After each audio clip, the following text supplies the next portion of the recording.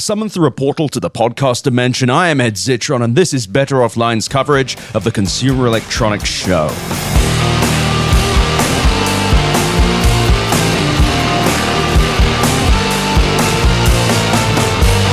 Better Offline.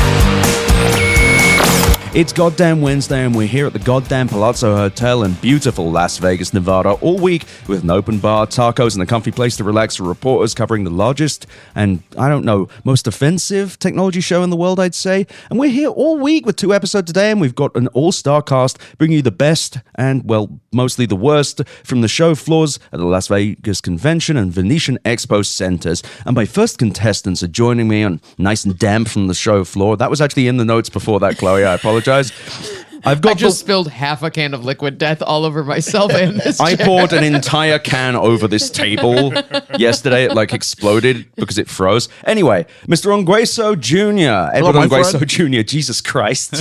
I'm keeping going. Thank you for joining me. Tech Bubble newsletter, of course. Thank you. Happy to be here. And you've got star of Is This Thing On? Chloe Radcliffe, stand-up comedian as well. That's right. Yeah, flawless that's right. intro. And of course, stand-up comedian and host of the Factually Podcast Adam Conover. Hello. Thank you for having me. So it sounds like you've all been on the convention floors, and based on the little I've heard, real banger day. Chloe, you got some free stuff. The very first booth that I walked into was a dongle that basically makes you be able to airdrop between Mac and PC things. Oh, and that's pretty useful. Yeah, super useful, and it's adorable. I truly was magneted over because I was like, the word dongle is really funny, and I wonder if I can make some jokes out of that. And then I saw it and was like, oh, this actually kind of rocks. And I feel like an asshole saying I have an assistant, but I have an assistant, and she uses a PC laptop, but a Mac phone. And I was like, oh, I think I would like to buy this for her as a gift. Yeah. And so I was asking about the price, and they were like, oh, well, we'd love to send you some free product. Let me take a photo of your badge, whatever. And truly, my eyes popped out of my skull, went cash dollar signs rolling through my eyes, and I was like, I can get free things. The con is on. Yeah. And so then I started trying to go over and show interest in things that I might want. And most of them did not fall for it. Just walking up to the 87-inch TV one. Yeah. Wow, that's so nice. I love that. Wish I had just kicking. Just locking eyes with them. I love this. Give it to me. My badge says digital content creator. That's what you want, right? You want me to create digital content about your $4,000 TV, right? You like this, you pig. But give it to me. So, aside from people not giving you stuff for free, anything interesting? So I really got gummed down. I spent too much time on the accessories area. That's fine. Those are also things. They were great. There was one, actually a booth that had a super useful travel a wireless charger that flips out. It looks like a makeup compact, actually. Right. And there's a wireless charger for your phone and a wireless charger for your AirPods and a little baby one for your Apple Watch. Right. And I don't use those 3 things, but my boyfriend does. And so I was oh, fuck. Christmas presents. This is awesome. Great. I'm just starting to make Christmas presents list on the CES floor, which actually seems like the best possible use case for CES. That is what it should be. Yeah. Right? Yeah. You should walk around and go, oh, stocking stuffers, little goo-gaws that'll make Grammy happy. Yeah. Well, useful electronics. Consumer Electronics Expo. Yeah. It is at a retail level for the consumers, me and my family. But then at that same booth where I was really awed by the little flip open wireless charger. And then the guy was walking me around and he was showing me the other things that they have, whatever. Other power blocks and charging. And then another guy at that same booth came up. And I have a photo of it, but it's probably not worth showing.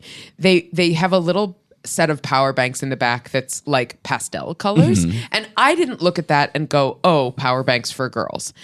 Gotta say, that thought never crossed my mind. I just thought a power bank that's pink and light blue and light green, whatever. Very progressive. And it looks kind of like a makeup bottle. It's one color on for 2/3 of it, and then it kind of looks like it might have a clear glass top. It's not. It's just a power bank. But this is not a thought that I had. But the second guy walks up and he goes, "It looks like a foundation."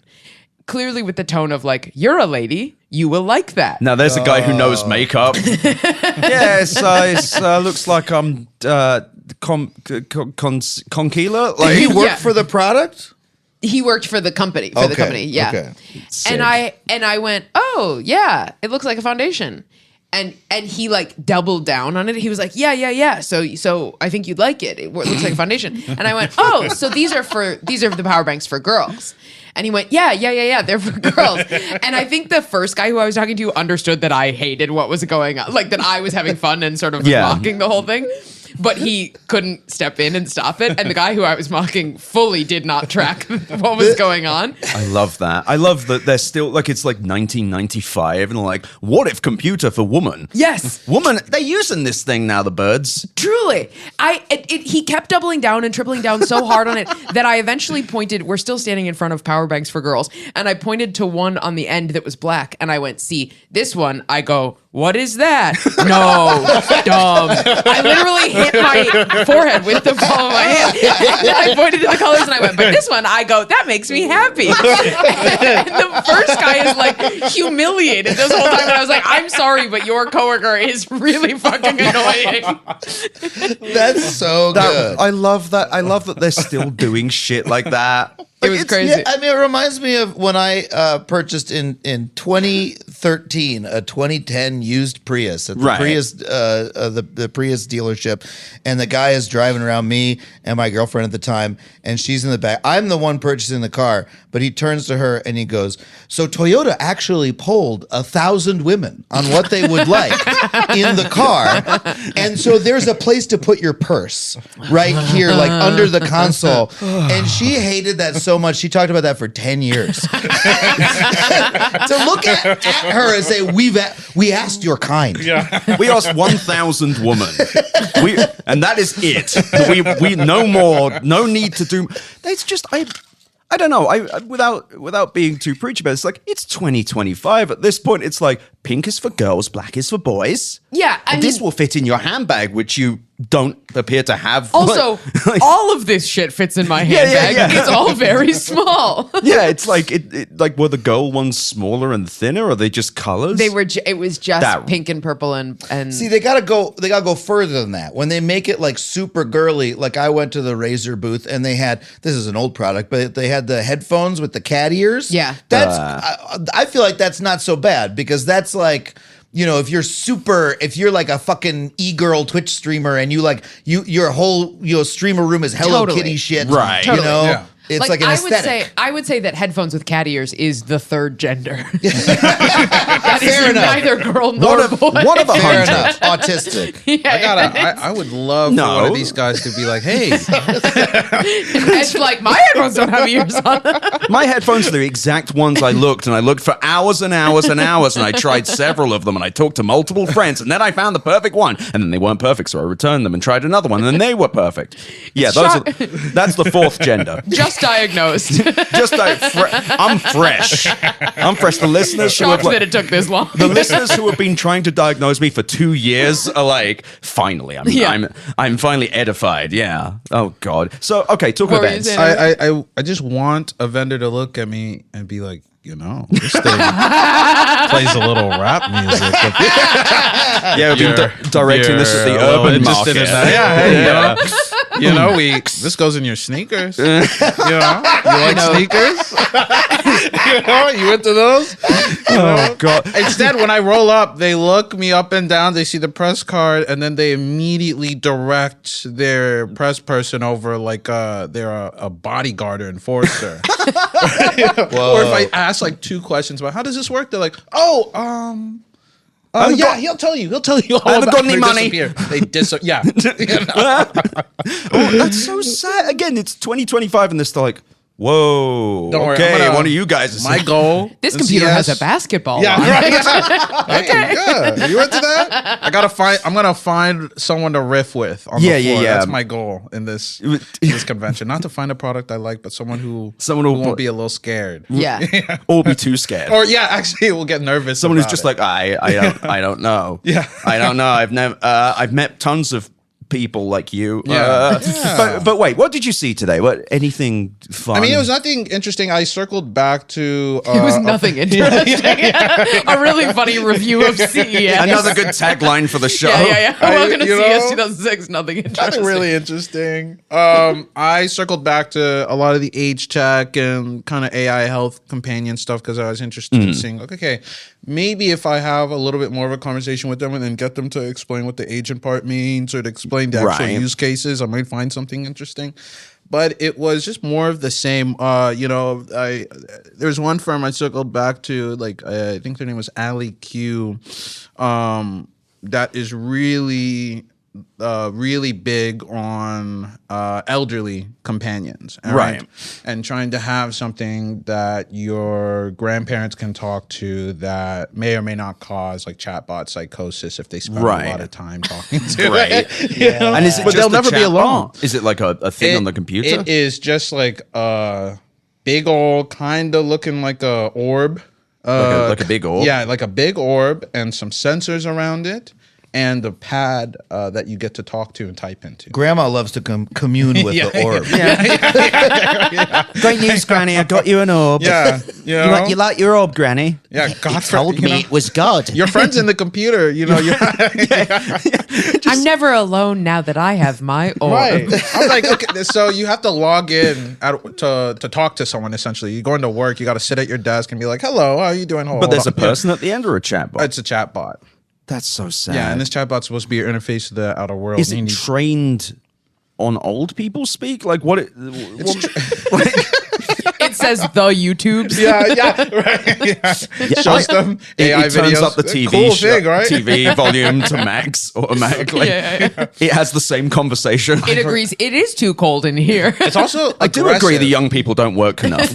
So instead of push notifications, or it basically has push notifications that are like, let's start a conversation. So you'll be doing your thing and it'll be like, hey, I want to talk to you. We invented technology to harass your granny. Yeah, no, literally though. I know so many grandparents who would take that out back and hit it with a sledgehammer. Can you imagine? All they want is not to be bothered. I'm just imagining my grandfather who passed like 20 years ago, even like way before LLMs, just imagining Ken, he was a sign painter out in Dorset in Bournemouth. And Christchurch, pardon me, in England, and he would have beat the fuck out of this. 1 minute, he would have been like, "Oh, fuck it, I'm not touching that. I'm not touching that." And beat it with a stick. He would have loved that, actually. They've sent the machines to watch us. Oh, I don't even think he'd just be like offended by an orb he has to talk to. It's like, we want to go down the pub. Did you guys see the booth for Tombot Incorporated? I saw it from afar and it looked so terrifying and I didn't stop at it. It's like a little dog puppet and the booth is like a living room and it's got framed photos of the dog puppet and like a sampler sort of cross stitch thing that says a pet for people who can't have pets. Okay. And then there's like a lady dressed up like a granny and she's holding the puppet. I didn't really see what it does. Presumably it's just like an AI dog puppet. It's just, but there's also this sad guy just sort of sitting there. Wait, there was an actual fella? There's like a fella sitting in there. He like a real guy? Yeah, he looks like he's bummed out. He's just sort of sitting there like zoning, like dissociating, petting the dog. And zannied up. And like it could be useful, but it's also like it's such a bummer just to be like, this is for it's very elderly people who've lost their ability. And I'm like 50-50 on those because I can kind of see like it's been proven that that's helpful. I've heard good things, but the same is like you're too old or sick to take care of an animal. It's great, but like seeing a whole booth of that, and then the guy they paid to just sit there all day. Yeah, it's $15 an hour. Sad. Yeah, like you're gonna look depressed. You feel bad for the demo. Yeah, you're watching the demo and you're like, oh, it's too bad that this guy has to sit there and pet that fake dog. He doesn't look happy about it. Whereas when people are with a real dog, they're so happy. That's actually a good point. Surely he would want to be like, hell yeah, I have a dog. Oh, I love my dog. Yeah, this dog is so cute. He's like, no, just waiting here until my son calls me in a week. I've seen the studies that you're talking about. They're also true of plants. Like when you give old people plants in like the nursing home, they give them they bring like kitties in. Like it's not a particularly unsolved problem. Look, we do need more technology for old people. I've always thought like the Wii was such a hit for old people, and then there's been no Wii since. I think that's a tragedy of technology. That like there's countless senior homes that are still using their Wii from like 2007 to play Wii Golf because there's never been anything like that is quite. Did that Wii go again. out of business? No, Nintendo is still in business. Yeah. Yeah, they still make stuff, and they occasionally make a game like that. But the Wii was like this moment where they developed a new way to control a video game and a game that was very simple and resembled games people already knew. And it was like this perfect thing that people had never played a video game, especially elderly people, could like figure it out. And then it just sort of wasn't popular enough among the core gaming audience, and they stopped making that type of game. It was also tough to develop for as well, and it was really expensive. The controllers were weird, and you had to have like a weird bar above your thing. It was just like a lovely idea that just would not scale ever. You think not? I think maybe it needed a different company to make. I think about this a lot. They've Like, kind of done it with the Switch, with the controls, but it's not the same. yeah, it's. But not, you're saying a company that's not motivated by the youth gaming sector. Yeah. A company that like But the doesn't need to win the most billions of dollars that like could operate at a Yeah, I smaller guess scale. literally a company that's like trying to get contracts with senior homes. Yeah. or something. Well, you had that Alley around- Q. You know, my we favorite. can pitch them. Or My like schools, I feel like at this point, kids want things that feel digital but don't absolutely melt their brains. The thing is, though, like I think we're describing the problem of the modern state of capitalism, where it's like, oh, a company that doesn't need to grow forever. I'm never going to fund that bullshit. Yeah. Are you going to make consistent money? Fuck you. I will say, I did find a weird one where it was just one of 900 different companions. It was just these horrible little things wheeling around, like Teletubbies. But what was interesting was someone had a dog. Like a living dog, and it was just going fucking batshit. It was just walking like, and I was like, "This fucking rocks." And then someone went and picked up the dog. If they just had a booth where they had a dog going nuts on these things, if like, they, a booth chewing where them. a dog gets to destroy a robot. I would pay. I would pay to watch like a large, like even like a small dog would be funny, but Malinois, the one that can climb walls.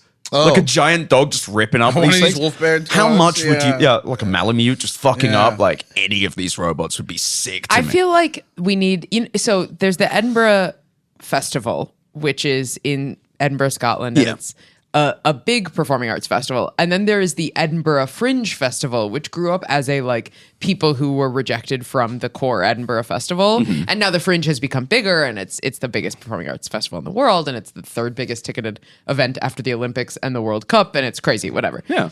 I feel like we need a CES Fringe. that can grow, where we can have booths like a dog attacks a robot. That's actually a really good idea. Is there like a counter programming like punk art festival that happens at the same time as CES that's like freaks? Better Offline Anti-capitalist, Fest. you know. That's what we're doing. We're going Yeah. to start Better Offline Fest, where it's like bring your shit for the dogs we've hired to destroy, and we will of course maybe we'll pay, give you a hammer. But we're pro labor, so we will pay guys to sit around looking depressed on everything. Yeah. A guy staring out gonna- into the distance with "Gimme Shelter" playing. It's going to be a guy who works for one of the companies that have a booth at the real CES, who then sits and looks sad as he watches his stuff get destroyed. I saw another robot that was just this. It was on like conveyor belts, and it had big arms, and it was like home. It was like home patrol, elderly care, laundry folding. And I just walked up and like, "Can I see any of this?" And they went, "No." I was like, "Okay, but does it do it?" It will. I just stared. Right, but what does it do now? Well, it's there. I'm like, yeah, I got that part. What? And just this happened a lot. I mean, you were talking about Brisket, this fucking AI agent cooking thing. Yes. And it's just like you look at it and you're like, oh, AI agent. Oh, it can order food. Well, doesn't sound like it can. No, they haven't figured that part out yet. And what is the AI agent part? Well, that wasn't clear either because it wasn't working. It seems like it's just a chatbot that has there's a camera inside, so it can like take pictures of your food and be like, "Oh, you like to eat this?" I've seen that know? 5 Hey, times Yes. today. No, there are so many. Hey, They're one like- of them food eaters? Yeah. You know, you into this? You Yeah, know, you you want like this sort of this? slump? And it was fun because at first it was pitched as like, "Oh, this will like prepare the food and cook it for you." And then as you ask questions, it's like, "Oh no, it's like you have to. So you do everything. You still do Yeah. almost I was every gonna say, single how would other it part. prepare? Nothing. All it is It was it's just a an smoke. oven. It was a pellet smoker, Yeah. wasn't it? Yeah, that's pretty much it, but they're spinning it as, because they have other products in this where they're like, oh, we have a grill that's also an AI agent grill, and we have, we have a microwave that we're working on. So all of it is basically like, we just have a sensor inside that gets data on what you like to eat. And then we'll order some of the components, and then we will figure out a way to charge you extra for that delivery service. Sick. And it's just a ChatGPT wrapper. Yes. Yeah. Blue Apron plus an AI. Which we kind of already have. We have Tavala. We have like 19 different Instagram services Instagram ads that target me a week. And it costs probably 5 times more than the other thing, because it also has a giant fucking screen on it. But also the fun part of pellet grilling is like, you can just go and buy a shit ass like a pork shoulder and just throw it in with some seasoning, and it's like, you don't need the computer to tell you. No, and but also, you need the computer. I don't. Also, who are these people who are like, every day is just confusing to them? I'm just fucking, what do I eat? What do I do? Throw the food in there. Oh God, I don't remember. What are the things I like to eat? I don't have tastes. Yeah, one thing that kept. These companies have not thought about, like, even before AI, they're all trying to solve the food problem, like the meal delivery kit companies, and none of it sticks. People do meal delivery kits for like a couple months and they stop. And it's because eating is a solved problem. There's 3 kinds of people. There's people who buy frozen shit and heat it up, or they boil hot dogs. Yeah. There's people who only eat takeout, and there's people who enjoy cooking. Yeah. Those are and all of them already have something. A solution. But the people who hate cooking aren't gonna like cooking because of the expensive shit that you sold them to try to trick them into that doesn't cook for them. Yeah, that sort of cooks for them or does it badly or sends them shit in the mail. They don't fucking want to cook at all. Yeah. They want to eat McDonald's, or they want to heat up a factor meal in the microwave. Yeah, and the thing is, I don't judge anyone who does the meal kit stuff. I did it fine. Especially when you're trying to lose weight, it's fine. But it's also like I still a lot, like a decent amount of efforts you have to select, and it's like you kind of like you heat them. I did it for a while. Did you enjoy throwing out 500 small plastic bags? Yeah, and also like if you fall behind on them or travel, you just have a stack of the fuckers, and that's when you cancel. Yeah. The moment you have a stack, and I've still got some of them somehow. And it's just, I read the documentation for the brisket. I don't fucking care. The brisket? Yeah, that's what it's called. Yes! Yeah. Woo! Yeah, the brisket.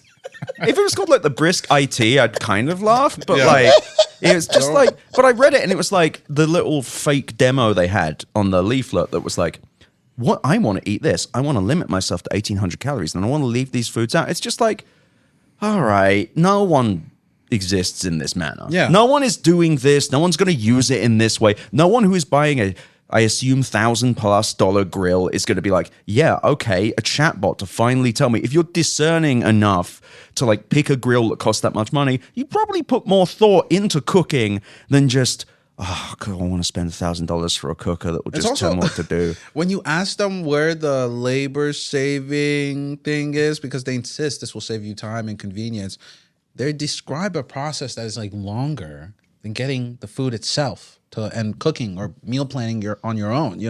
It's like I'm spending half an hour, getting this thing ready, constantly cycling through it, training it, and then it'll kind of recommend things for me that I still got to go out, buy, design the meal around, and prepare. So it's like, what's actual Which point? seems to be a trend. What's the actual point? Like in an earlier block, we were talking or an earlier episode, we were talking about the chatbot that manages. I think you were talking about this. The chatbot that manages your home. The chatbot that's like, you don't want to pick up your kids from groceries or from daycare, whatever. Yeah, but it's like you still. And it like looks at your Google Calendar for you and whatever.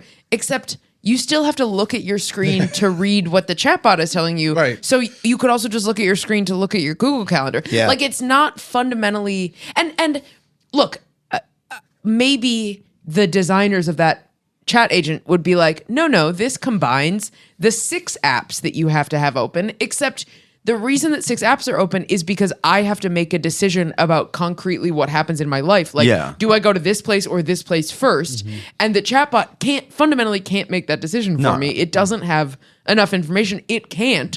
All of the information is in my brain. Yeah.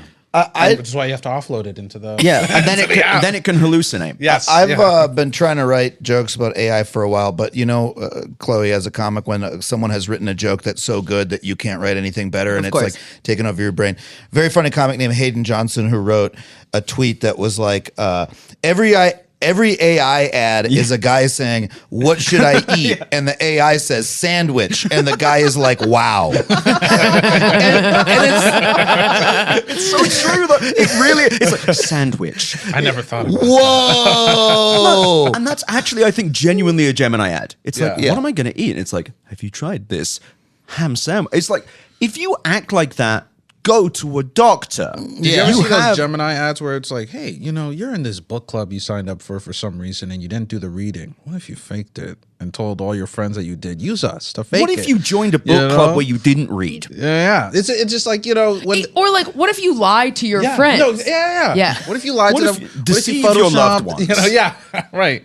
We can help with that. It's peculiar as well because, again, grilling... Mm-hmm. The whole thing is just throw some burgers on there and you're there, I assume, with friends, or like you throw in a big brisket and it takes 18 hours and you kind of look at it. It's very analog. Yeah. Like I have 2 giant smokers and they are mostly like the best one I have. This is a big stainless steel beast that's basically a temperature measurer, a hopper for pellets, and then an auger to send him and set him on fire. It's not a computer. Adding computer to that really wouldn't change much. Wouldn't change much, but I think the confusing thing to me, I want masculinity to be tied to analogness again. Right. And right now I think masculinity is tied to computer. And so it is interesting. I think there's a lot of like, Dad, you like this grill because it has a computer in it. Yeah. And it's like, no. Dad like plain grill. Dad like this is changing because grill. That's Dad. But now there's like the performative male archetype, like TikTok thing, and that's all wired headphones, reading bell hooks in paper form. Totally, but I think that is that's complicated because it's a stereotype created by women about men. I was also going to say not masculine, so it's never mind. Adam, with greatest respect, I think that your feed overrepresents how many performative men are in the world. Oh, I think the whole performative male thing is nonsense bullshit as a meme. I think it's really destructive and doesn't exist. Yeah, I think masculinity should be tied to personal responsibility and love for your friends and loved ones. But that's personal. And that is not computer. No, and it's not. The computer is I think the computer is innocent. The people who fuck with the computer must be stopped. And this show really is like, I think I saw no less than 17 different companies that were like, yeah, we generate images. You're a rapper. Mm-hmm. You're a rapper for ChatGPT. We generate images and text. So you use ChatGPT or Claude. Yeah, we connect your disparate documents and we allow you to summarize them. So ChatGPT. And there were so many of them. There were hallway. I went to Eureka Park, as you can guess, which is the very sad small box area. Mostly looking for funny names. I'm not going to lie. I was mostly just looking for names that make me laugh. And it was just so bizarre because what happens when all of this starts getting more expensive because it's all unprofitable? Just these companies evaporate overnight. And I will say, we're coming towards the end of this blog, but nevertheless, I will say Eureka Park felt, and even the Expo, the Venetian one, felt smaller to me. Like previous years, it felt a little more robust, and there was a lot more, like the countries, like the Koreas, like Le France and all that. The Epcot Center. Yeah, the Epcot Center CES. was never above ground. You put them in the basement where the other countries apparently belonged, with like the Social Security Administration and the various scams. They were up top. They were top side. Not to say that Social Security is a scam. No. But like I had a comma in that one, I promise. But it was just, thank you, Chloe. But it feels like most of the show is just LLM rappers now. And like we can laugh at that, and goddamn will we've got an hour and a half to cover. But it's very worrying because before it was like, oh, it's a bunch of Kickstarter shit, Indiegogo shit. At least there was money involved in products. This is like predominantly companies that are using an API. And that's like, oy. First of all, no differentiation, easily cloned by OpenAI, but also just, where's the fucking business, buddy? Where is it? Where's the product? Oh, don't worry, there isn't one. It's just, other than the ones which are like, yeah, we have a photonic sensor to put on the top of a specific device. I fucking love all of those. The industrial ones where it's like for a specific use case, they're there to meet one of 11 people and they meet all of them. Those are cool. The rest, not so much. Yeah. I mean, what I wind up wondering as a pure layperson is the fact. So sorry, let me sort of give you what I'm hearing. Yeah.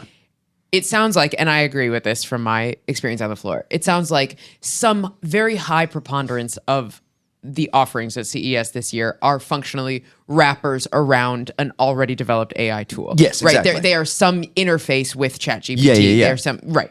Whatever that interface may be, an orb, a pillow, an app, whatever. It is the technology at the core of it is something that somebody else has already made that we are all aware of. Yes. So in that case, if that preponderance is higher this year, is that because there are like fewer problems to solve elsewhere, fewer like consumer problems to solve elsewhere, that we've like actually advanced so far in technology that without these wrappers for these LLMs, they would be CES would be way smaller? Or is it that everybody has gotten so distracted by LLMs that everybody's gone, well, we can create a new interface for this, a new kind of wrapper for it, and that they've actually like directed their creative energies away from solving a lot of other consumer problems? It's all of the above. And I realize we're approaching the end of the half an hour, but I'll wrap this on this. What it is that it's that venture capital is pretty much only like 50% of venture capital went into AI last year. God, it's 2026 now. It's also CES usually just is magnetized to whatever trend. There was metaverse, there was VR. 2 years ago we had an AI semen thing. None of that this year. No coming. I've never met intelligent semen. Apparently there were a few years ago. Organically or artificially. Okay. Oh, God. Men are back. Kill all men. Kill all men. More woman on podcast. Honestly, female listeners going to fucking eat this up. Great. All right, we're going to rotate, though. We're going to rotate. Here comes an ad that's specifically only for women. It's pink.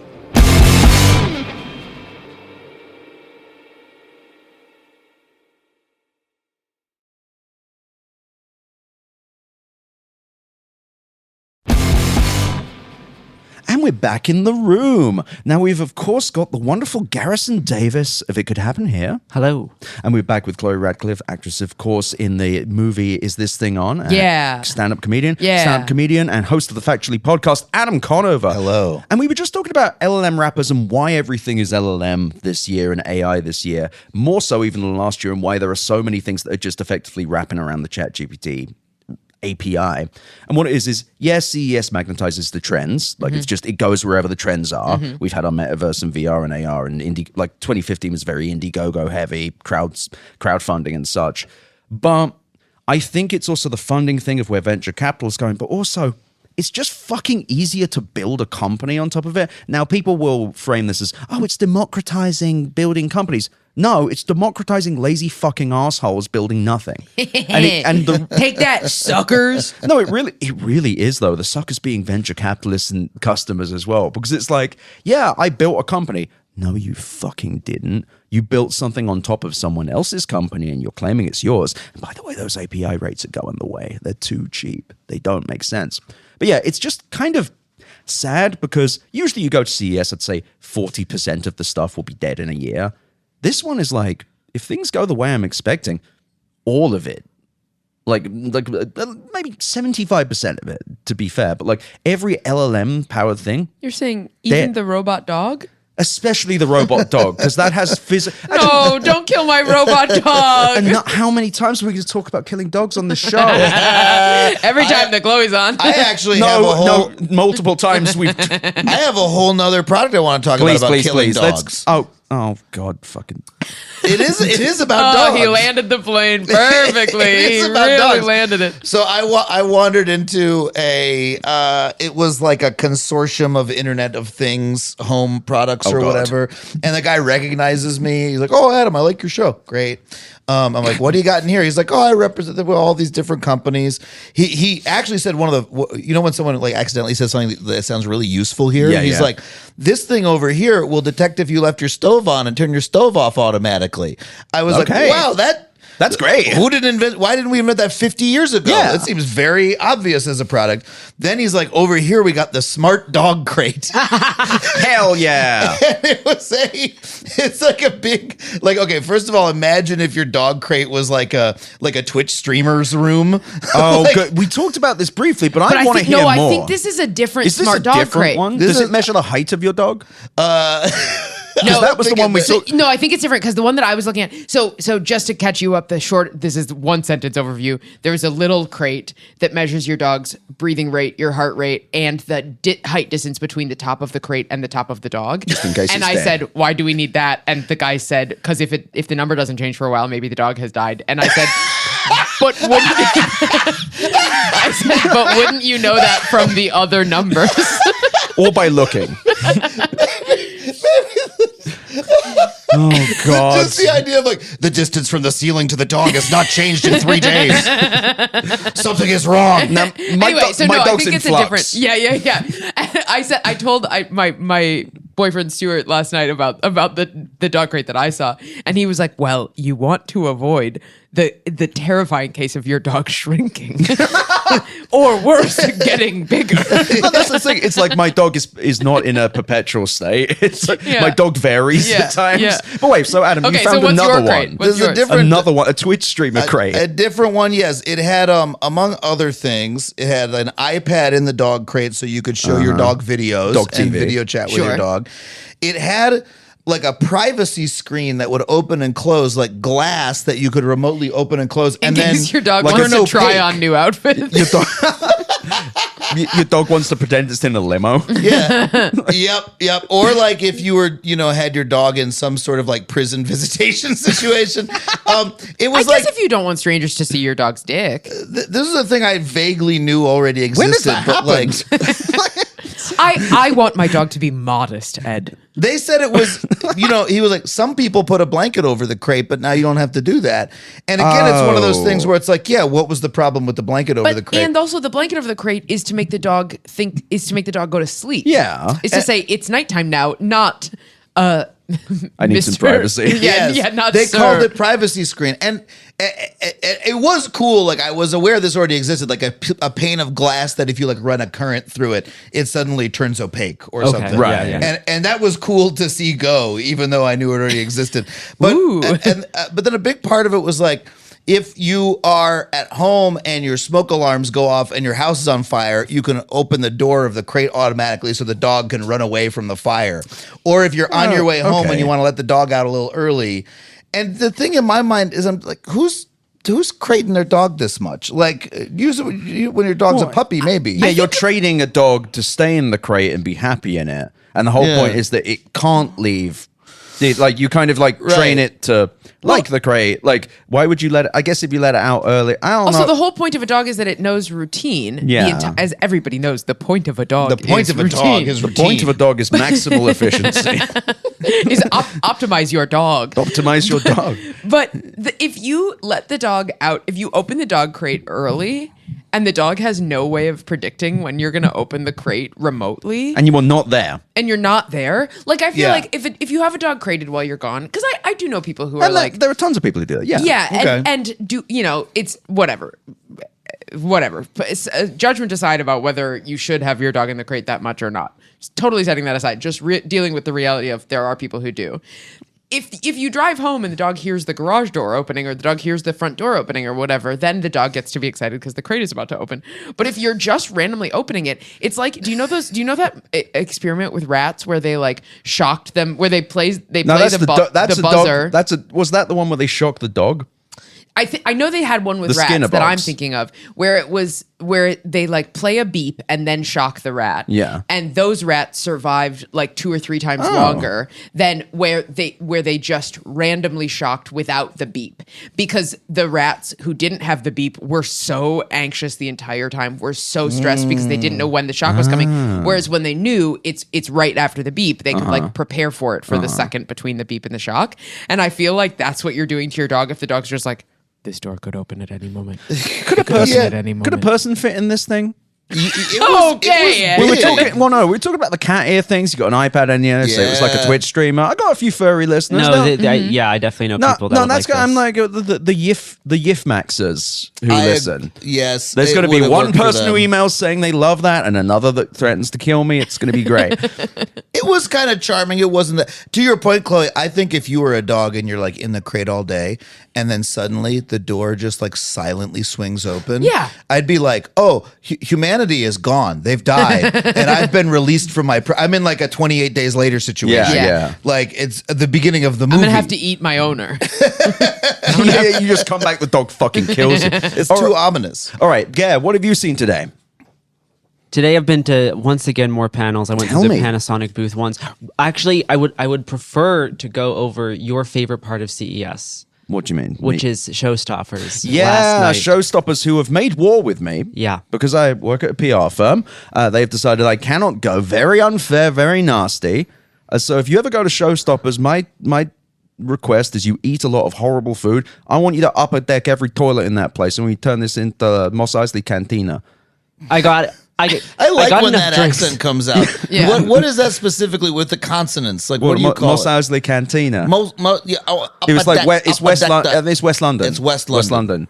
Yeah, it goes between like my posh accent and the West London. And it's all in the consonants, like they're tight endings, right? Yeah. It's there's something wrong with me. But tell me about about showstoppers. It was the worst showstoppers I've been to in a few years, which I'm saddened to say. Like it's usually quite I fun. usually kind of look forward to showstoppers. And could I request a 1 to 2 sentence overview of what Showstoppers is? Showstoppers is a media event for journalists where a bunch of products, usually from like Eureka Park, usually like the CES, like innovation type products, have booths in a ballroom in the Bellagio, and there's food and drinks, and journalists pretty nice. will walk through, and you can talk to people from these companies.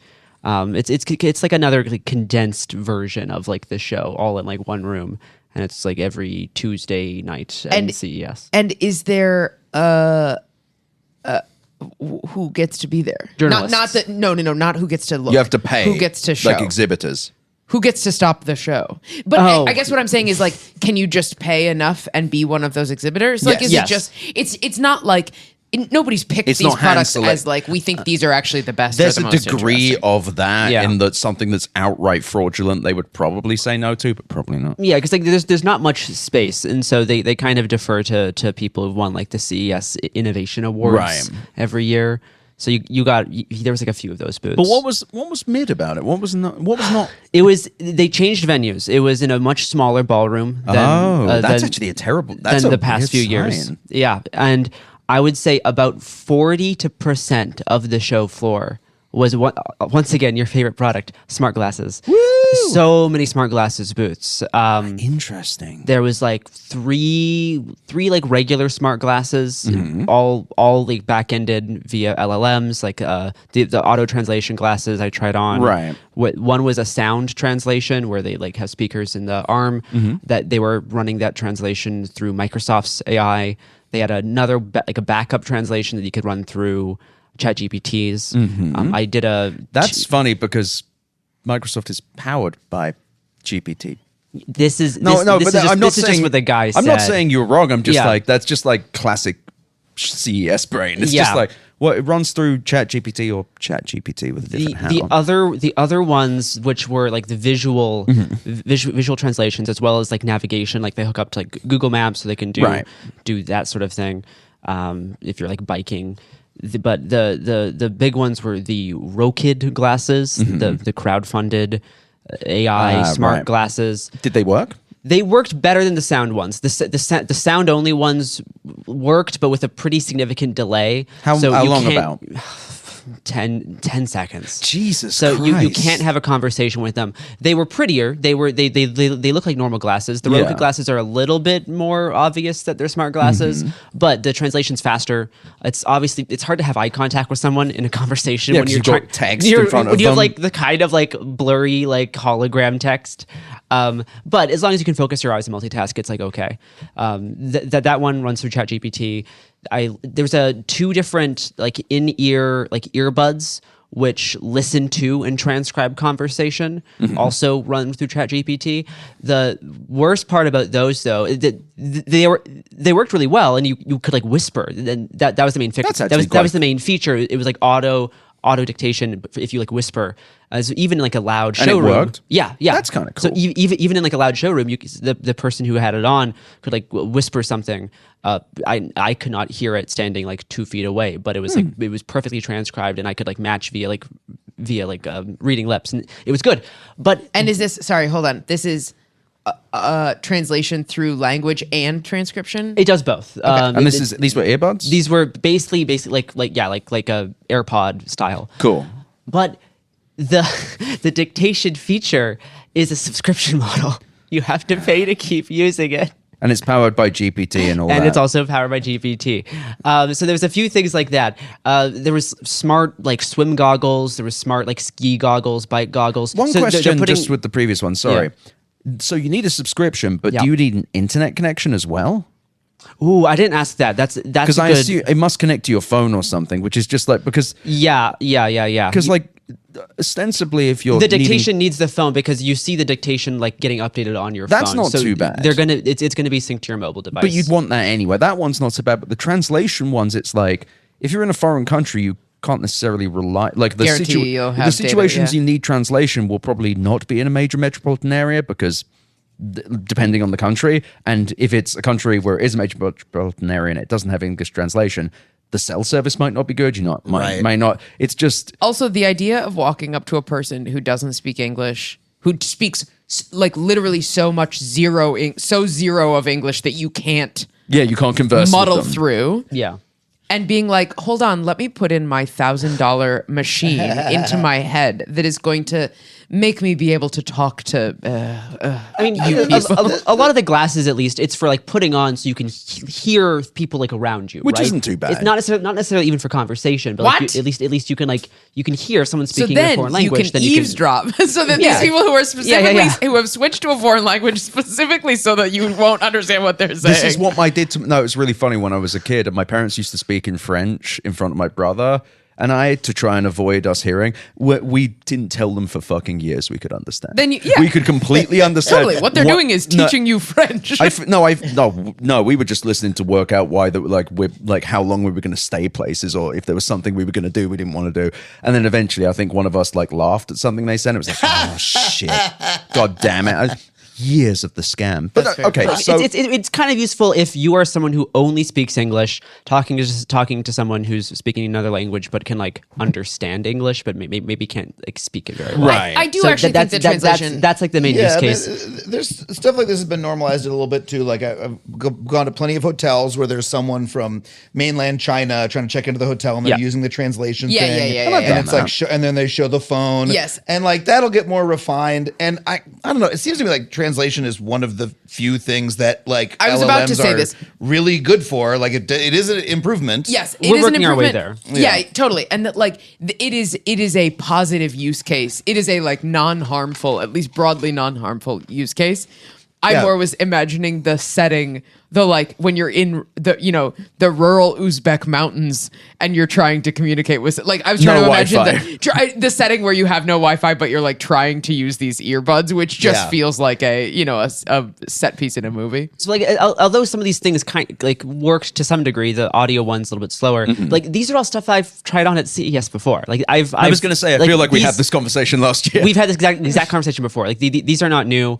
And this was like 40 to 50% of the show floor at Showstoppers was just these. It was like this genre of product. And right. The only new thing is they put like these smart glasses technology and like ski goggles, like swim goggles, scuba goggles, so you can have like a heads up view if you're wearing a scuba goggles, and like that's like new-ish, I guess. I feel like why do you want headset view? If I don't know. Maybe you need to play an app with gesture controls because you saw the Terminator 40 years ago, and you're like, it would be cool to see text on my eyes. Dad, look. As pretty as it is to scuba dive, you could also be watching Instagram reels at the same time. Exactly. So brain rot as you're looking at beautiful tropical fish. Jesus Christ. That's the thing. You're like, hey, do you like to swim laps because it's the one place that you cannot bring your phone? Yeah. Have we got the solution for you? The whole thing about the phone is that you can look away from it, right? Yes. Like to me, the main reason VR didn't catch on is because like when I would play a VR game, I would, sometimes I would enjoy them. But after like 20 minutes, I'd be like, what if my house is on fire? What if somebody needs me? And then I'd take the thing off, and then it's such a big face change, you don't want to go back into it. And just the ability to glance away from stuff is so important. And I just feel like, I don't know, a heads-up display, I don't want for that reason. And it fits into the thing of, I've really been struck by how many people I've been walking. If you look at the way people are using their phones at this thing, everybody is on their phones all the time. They're in like hunched over phone position, like elbows on knees, looking at the phone. And I'm like, I don't see any of these companies unseating Apple and Android. Like we have this is where the AI is happening. This is where all we've done it. I don't think we're even happening it. there. You can do like I was just in Japan, and you can do translation on your phone. You can type the thing in, you can show it to someone, they can type it back, and that's going to be faster and more efficient. I went to Japan in 2017. And I literally just used Google Translate. Yeah. And I feel like it would be way more offensive to this man who did not speak a lick of it. I went to Iraq and it was amazing. And like, it was way less offensive to be like, oh, I don't understand you. I'm going to use this, and being very honest, to be like, 1 second. Beep, beep. Now speak.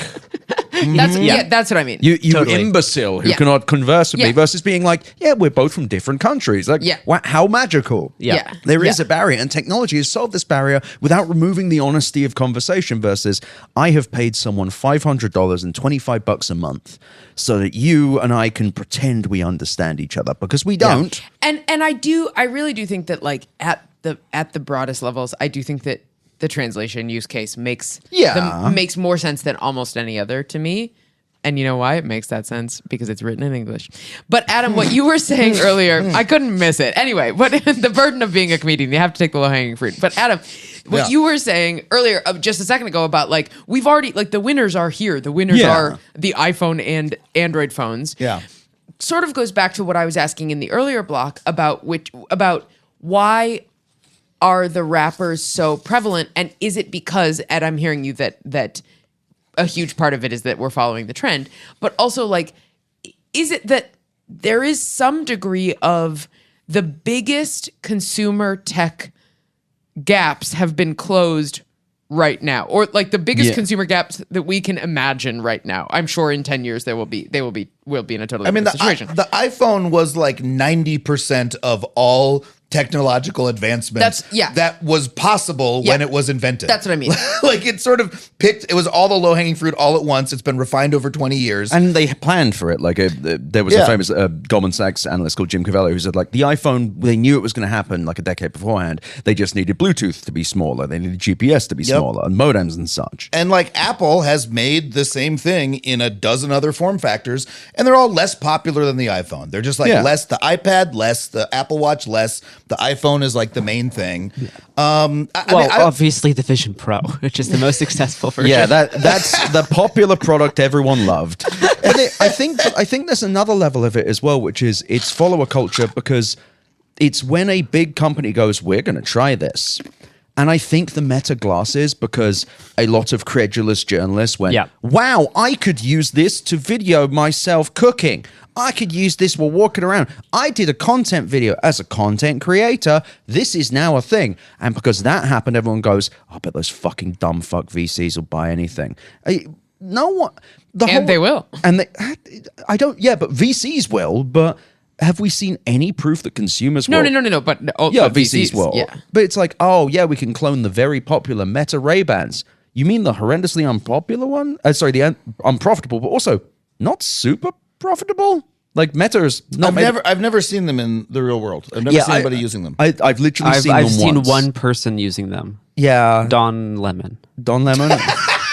Is that real? This is real. Yes, this is real. You could not have said a funnier name. Ghislaine Maxwell. That man was Don Lemon. You could tell me a story about anybody doing anything and at the end say it was Don Lemon. And that's very good. Yeah. But that's the thing. He's shorter than what you would think. No. How tall is he? He seems so tall. He's like maybe 5'7" at most. Ooh, baby, that's not good. Yeah. That's a shorter man than I expected. For a man that stood up to Elon Musk. Kind of. I went to the Razer booth, which I know we talked about yesterday. But I did have a good time there. And I actually kind of left going like, they're doing it in an honest way. Because, I walk in and most of the stuff, look, they're a second tier hardware company that makes accessories for gaming, right? And they make good ones. I have a Razer mouse. They had some keyboards. They went clicky, clicky, clicky. Yeah, nice. It was very nice. And then they had like their LLM wrapper was a pair of gamer headphones with cameras. And they're like, this is better than glasses because it's like a little bigger and no one can hear you. And then they did the same demo as where like literally they had a plastic cutting board full of plastic food. And the girl goes, what can I make with this? And the LLM is spaghetti. And she's like, wow, thanks. Like it's literally spaghetti. Did you see tomatoes. The wife tube though? I did see the wife tube, but just to finish first. Then they're like, look, you can connect to Claude or Opus or any of them. And I'm like, okay, great. So Razer has gone, I know who gives a fuck, but Razer has gone, look, we're a hardware company. We make hardware. This is a thing that people are maybe using. Here's a hardware interface for it that's like pretty good. Yeah, sure. And like, fine. And they called it Project Makoto, which is a little bit over the top. Okay. But like, it's functionally a gamer headset, right? It's like not that bad. Now the little tube I thought was funny, and this is the holographic tube with the waifu in it. It's a little hologram. Have you seen this, Chloe? No. You should probably go check this. I think tube. you would enjoy it. I would like to see you interact with it. It's a little a little on your desk, a little tube, and inside the tube's a little anime girl, and you can talk to it. And it's just like talking to ChatGPT, but you can say like, hey, kit out my gun in Battlefield 4. And then she goes, okay, I added a scope to it. But did that work? This is what the wife tube looks like, by the way. Yeah. It's a little avatar. Wife in a tube. Wife tube. It can see you. And the guy goes, hey, what do you think of Adam's outfit? Because, by the way, everybody in the Razer booth, that was the most recognized I was all weekend because they're all internet nerds. Yeah, so yeah. they're like, overloaded. I saw you on you. They kept going up and saying, hi, Adam. I was like, are you fucking AI? like, stop it. They pause 10 seconds every time you talk to them. But so the guy goes, he reveals that he knew who I was because he goes, what do you think of Adam's outfit? And it sort of goes like, wow, CES badge on fleek. Looking super professional Fucking hell. Like a boss. And Jesus Christ. I guess there's some gamers who might need compliments, like a little compliment tube.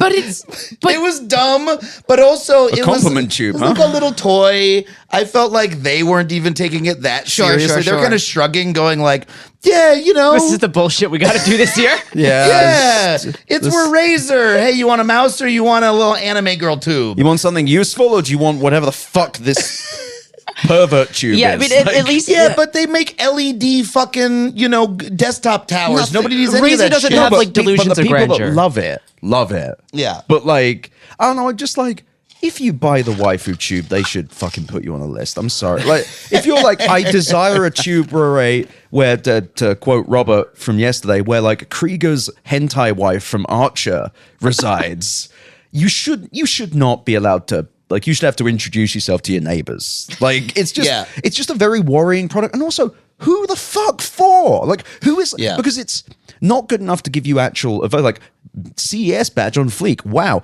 Fuck off. Well, that's the thing is that like, that's one of the things is, sure, are there a lot of gamers who could use some compliments? Without a doubt. Yeah. Absolutely. But like, it sort of feels insulting to their intelligence. It feels insulting. I think the way AI talks, the kind of sycophantic chatter. You got this. Yeah. Yeah, feels like insulting to anybody's intelligence, and it's sort of shocking to me that we just go, yeah, that's how it should talk, and that's fine, and we accept that, and aren't like, that's humiliating and stupid. But it fits into me in the gamer context, actually, because something that so many games do that I find annoying, but clearly people must like, is like, thank you so much. You saved the whole village. You're the strongest hero we've ever met. Like, games will compliment you for doing basic things. I don't even think games do that. I mean, you saved the whole village, Adam. That's more than just a basic thing. But you also you see that in like a text box and it goes away and you've forgotten it happened. Yeah. And I'm hammering X. I'm just like full autist. Like, I need to get the next fucking bit. Fuck you. I don't care about the story. And it's just, most gamers I talk to would be very annoyed to have any interruption. And just having this demented hentai thing in the corner being like, the your other badge thing, is on flake. and not to be, You need to wash. Did you say you need to wash? Yeah. Now look, now that has a utility. Yeah, if we have a wash, if it's a wash tube that just reminds gamers to shower, this is a use case for AI that I could get behind. Oh no, we're gonna get some emails saying I'm a gamer and I wash. But the problem, and by the way, if you email me that, I'm asking how often. It is funny that maybe it's the computer from Star Trek, right? Where they would go, computer, do this or that, and it would answer. But the computer didn't go, what a great idea, Captain. That's sure decisive and a great, it shows leadership on your part. I think that actually is it, though. It's trying to cover and think of how much better Captain would have felt about himself if the computer had said that. Well, Captain Picard had self-respect. But here's the thing. They're doing that. Gamers? They're doing that because you can't just be like, do something. You can't be like, do this, because it can't do anything. That's true, yeah. It's like, you can't be like, the Battlefield example, it actually can't do that because it would require it to interact with the game, which it definitely can't do. So it's like, they add all the sycophancy because you can't actually be like, can you do this for me? Can you find this? Because there'll be a 5 to 10 second pause and it'll go, Olympia is the capital of Washington. It's like, I needed the fucking time, man. It said that it did it. The guy said, "Kid out my gun," and it said a bunch of stuff about the gun. I didn't know the game well enough to tell if it did. But I asked the dude, I was like, do you think that gamers want this, like a game assistant? Because to me, a video game is like the paragon thing that you would want to do yourself. Yes. And I asked him this. He was like, well, yes, but sometimes people want to get better at a game like League of Legends or a game like that has a high skill ceiling. And so maybe it can give you tips. And I was like, okay, like a coach. And he's like, yeah. And I was like, all right, maybe that's a use case as like a training AI that's going to give you, because people do hire like video game like coaches. That is a market. Yeah, but if someone who's good at a game. Yeah.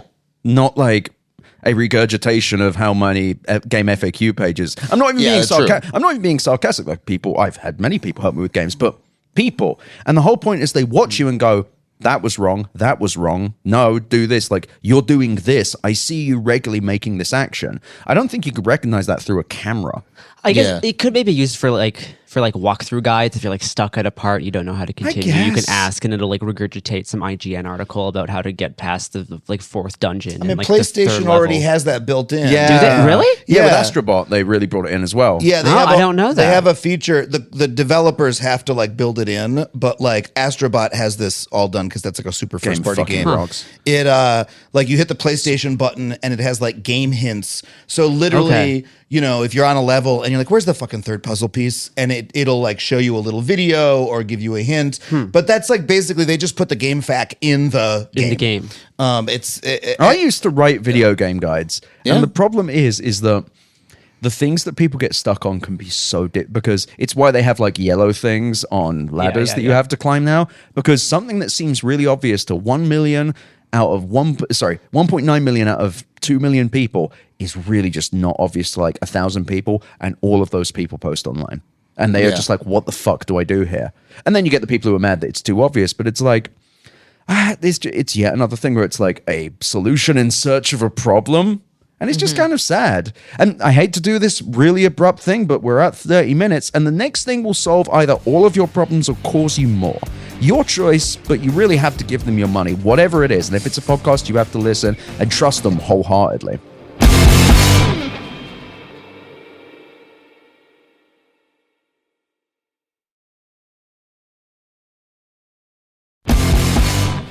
We return to our scene. We've rotated once more, bringing back Matt Binder of Mashable. Hey, nice to be here again. And of course, stand-up comedian and star of Is This Thing On, Chloe Radcliffe. Who? You have her? Where is she? Bring her out. There she is. I must see her. Someone is gonna see Is This Thing On? As a result, they've heard the name so many times. No, you know what I want people to do? Who cares about it's not. No, the movie's amazing and I'm very happy to be in it. What I want you to do, can I do a little plug? Please. I want you to come to my stand-up shows in either Cincinnati this weekend, January 10th and 11th, or DC next weekend, January 17th and 18th, or my solo show called Cheat in Philadelphia, January 20th, 21st, and 22nd. And I saw Cheat. That's what I want you to do. I saw Cheat. It's fucking brilliant. Thank you. I need to do that too. Yeah, I'm sorry. Do a plug, please. She plugged. I got a plug. This No, weekend, no, it's only my turn. This weekend I'm going to be at Comedy on State in Madison, Wisconsin, one of the best clubs in the country, and then I'm going to be next weekend in Fort Wayne, Indiana, which I will not say, the Summit Comedy Club in Fort Wayne, Indiana, which I will not say is one of the best clubs in the country. But if you live in Fort Wayne, Indiana, it's probably the only club you have access to, and I will be there. So go see me there. And then Houston later. And this I will year. be at the Chuckle Hut, Las Vegas, doing my new set. Actually, Stolen Valor. and it's me doing the DreamWorks eyebrow for 15 minutes straight. Anyway, we're back talking about CES. Matt Binder has returned. Yeah. What have you seen recently? I don't even know anymore, man. Yeah, it's just a slop. It's just everything all at once in multiple places. I will say that this is very insidery in terms of being here, but that's fine.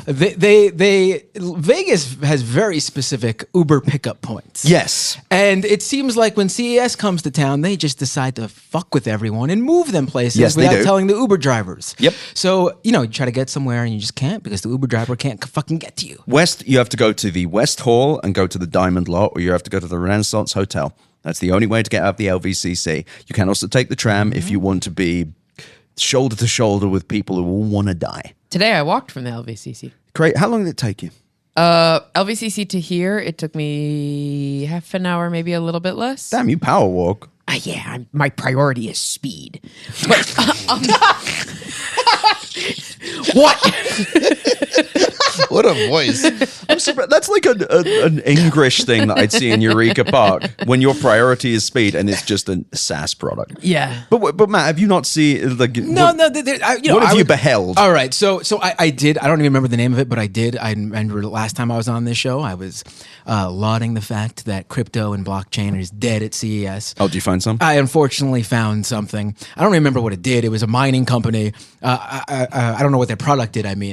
But one thing. I saw one thing. So we don't got a shutout here at CES when it comes to crypto, but it seems like it is still dead other than that one thing.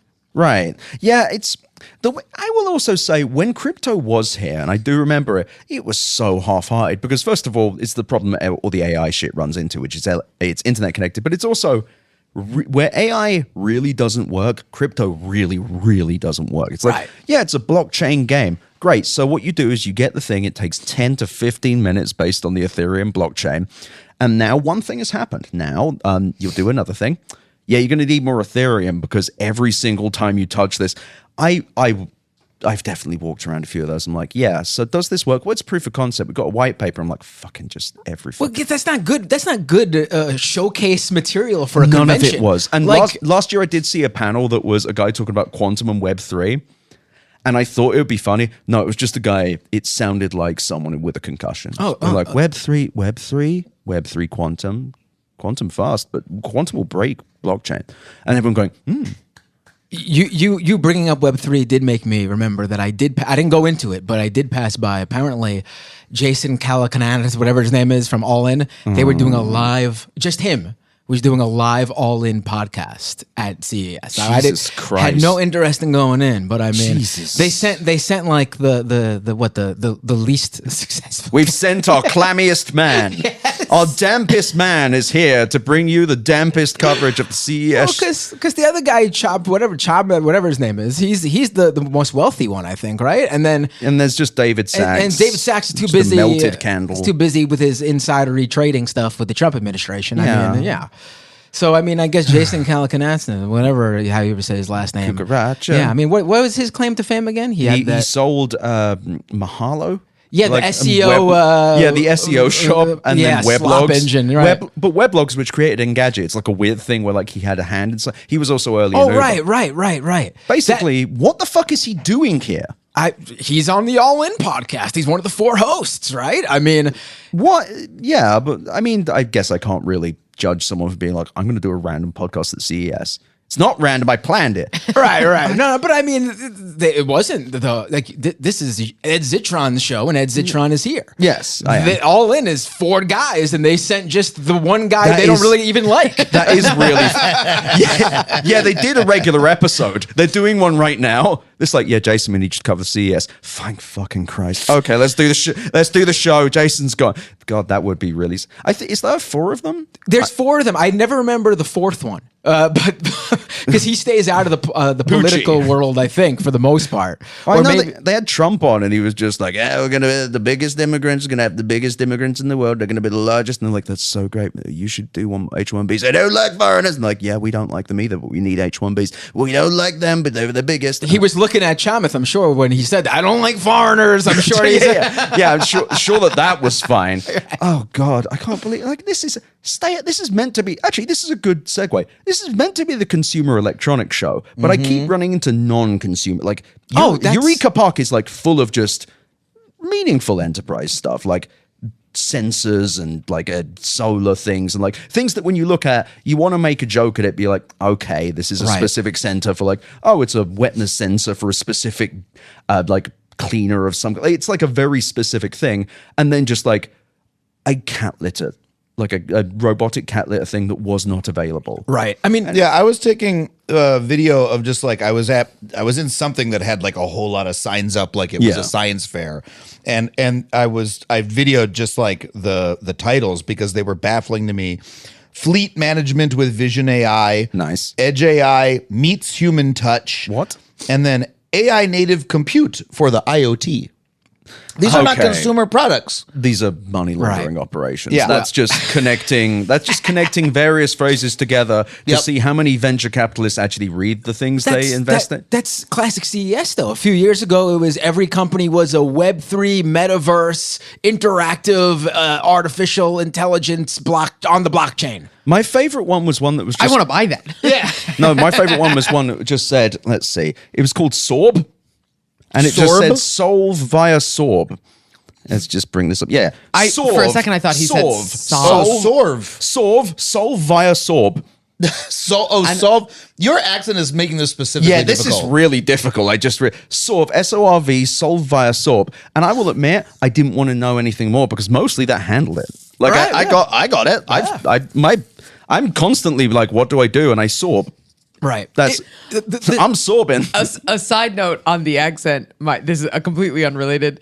I'm also dating a British man, and I'm dating a man who is also British. And he tried to make a joke of "What's your source on that?" But he pronounced it. But the joke was "What's your sauce on that?" Uh-huh. But in a British accent, source and sauce are exactly the same word. Like there is no distinguishing. And I made him say, "What's your sauce on that?" Probably 15 times in a row because I was like, I don't understand what the joke is. I know you are making a joke. This is like, there's this show called PAWN Stars. Now, here's my problem. If I start saying, yeah, I was watching Porn Stars, this leads to more questions than answers. For all that the Brits are king of wordplay, in America, we've come up with a lot of wordplay that absolutely paralyzes you guys. And I'm like, yeah, I'm watching Porn Stars. There's this big guy called Chumley, and then there's Rick, and they're like, all right. It's like, yeah, one is constantly conning people, and they're like, whoa, this is some weird porno. I'm like, no. What's funny is I literally was thinking of Pawn Stars like 120 seconds ago because when you were talking about them sending the one guy from All In, I was like, that's like if it was the cast of Pawn Stars and they only sent Chumley. I was like, maybe that's a joke I should say. And then I let it pass because I was like, Pawn Stars kind of an old reference. And then here you are. Fucking 2 minutes later. Have you ever told anyone at it who your favorite character is, and then you have to let them know it's the old man? The old man. Yes, he is. Yeah, he's my favorite porn star. I like the old man that sounds like this in my porn star. Yeah, but every episode of that show is great because it's just Chumley being like, yeah, I bought a Toyota Corolla for $15,000, and then Rick's like, that's terrible, but I scammed an old lady out of a $50 million coin by giving her $300. It's just an evil show, and I love it. Yeah, right. But they charge you to go in there now. They should be on the show floor. Why don't Chumley should just kind of like amble through Eureka Park. They charge you to go into the actual physical store now? There. I've not actually been because I think every Vegas resident just stays out of the tourist areas. But yeah, I would love them to come on the show. This is back to my pitch about a CES Fringe festival. Yes, we could have shit like the Pawn Stars guys have a booth. Chumley trying to buy a startup. It's a genuinely, I mean, CES Fringe Festival would be kind of like XOXO or another creative tech festival. You could do something like that nearby and have like cool people with like their itch.io projects. And like their weird hacky things. You know, that would be fun. Or just like you get the grandma orb and you just fucking obliterate it. You just have a 50 cal rifle that you unload into a computer. Okay, this is actually it's like a rage room for, you can go to CES and then there's a rage room with all of the products at CES that you then get to destroy. Walking around the shop being like, do you mind if I shoot this? And they're like, what? I just want to state for the record, if any listener decides to start a CES Fringe, you have to credit me as a co-creator. Oh, okay. Okay, but they don't have to pay you. I would like you to pay me. Okay. It would make it too expensive. It's your IP. It's my IP. Yeah, there you go. It was developed here on the show. Oh, developed on Better Offline and thus owned by iHeartRadio. Fuck. No. The ideas on this show are owned by, I think, me. I haven't really checked. Anyway, no, it's such a peculiar show, and I don't want to repeat myself and just be like, it's useless, but it is.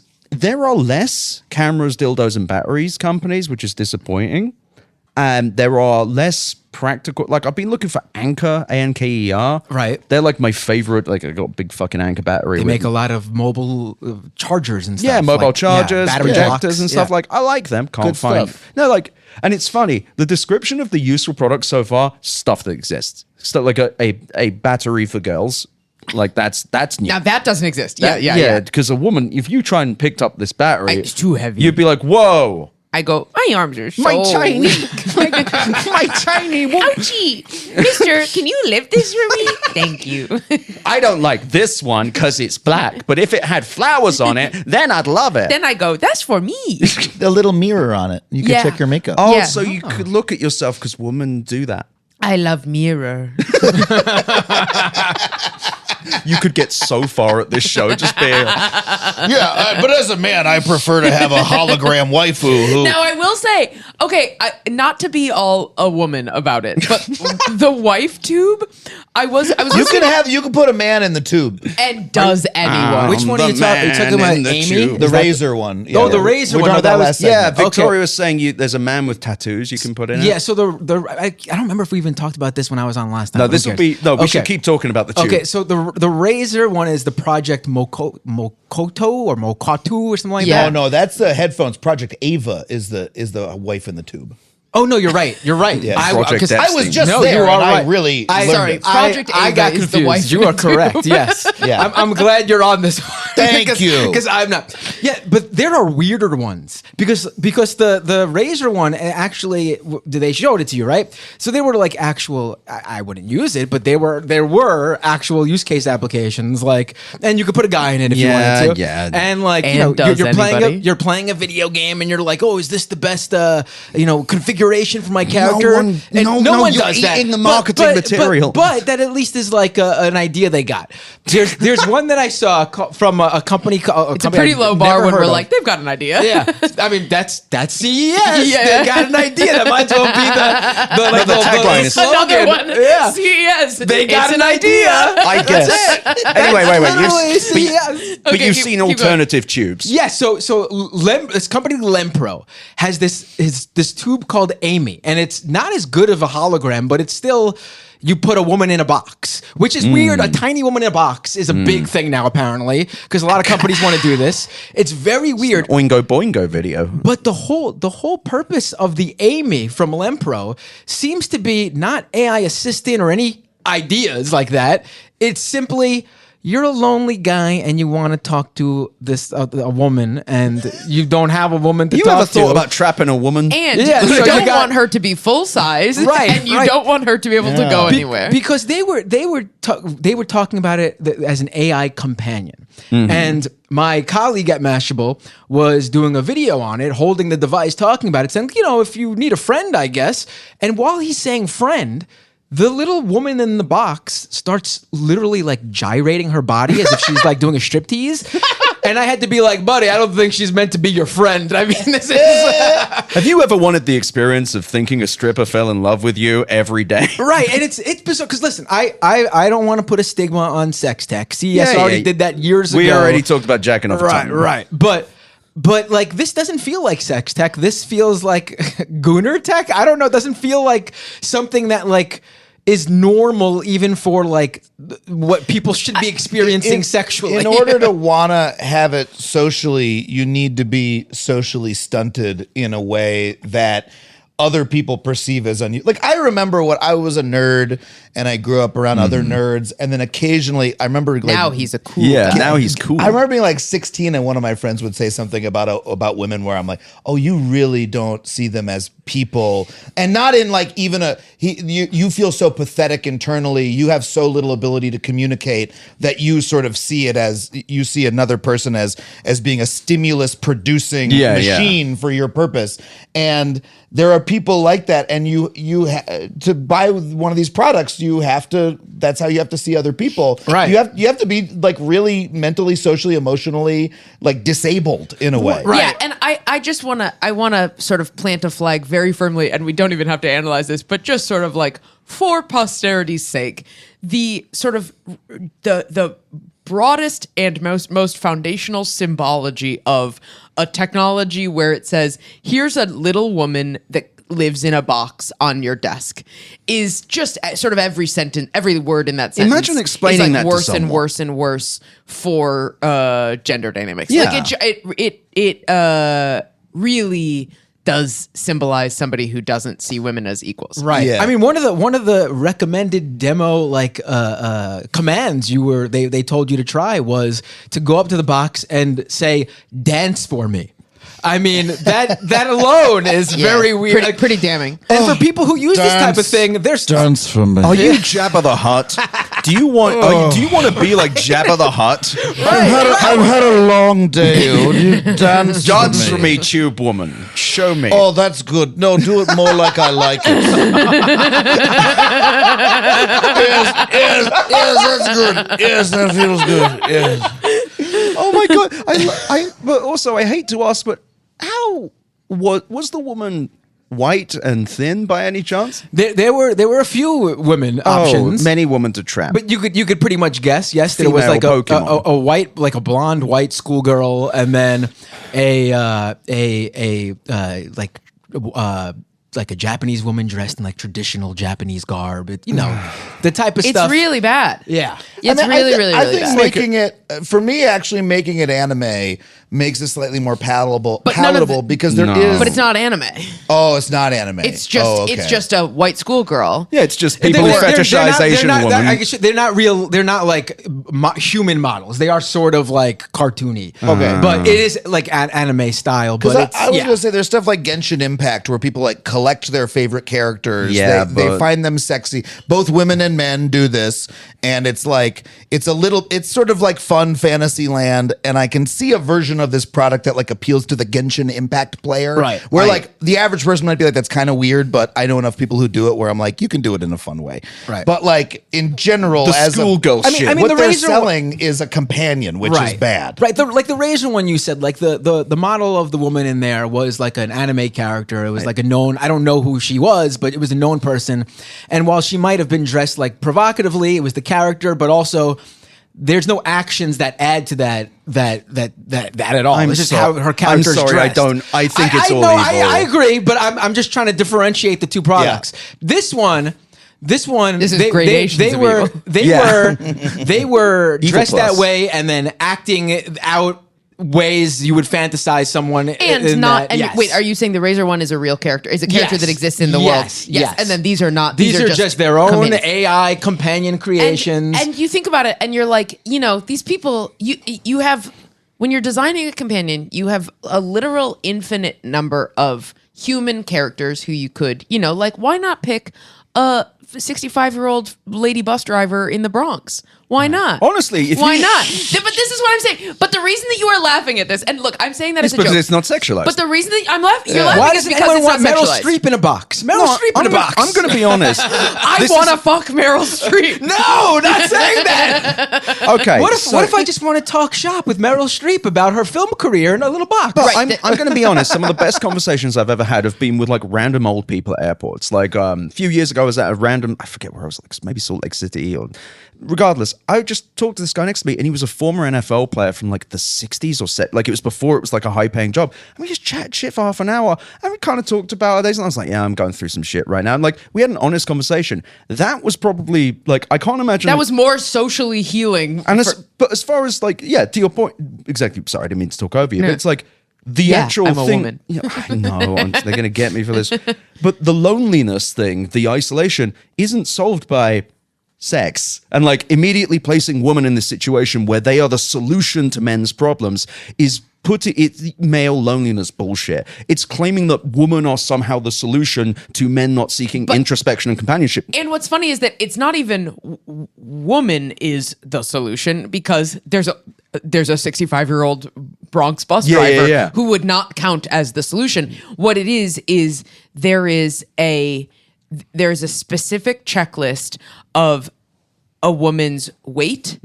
facial beauty, and social subservience that are supposed to fit into this very narrow range of measurements, and that woman then owes service to man who is lonely. Yep. And I want to be like as fair as possible.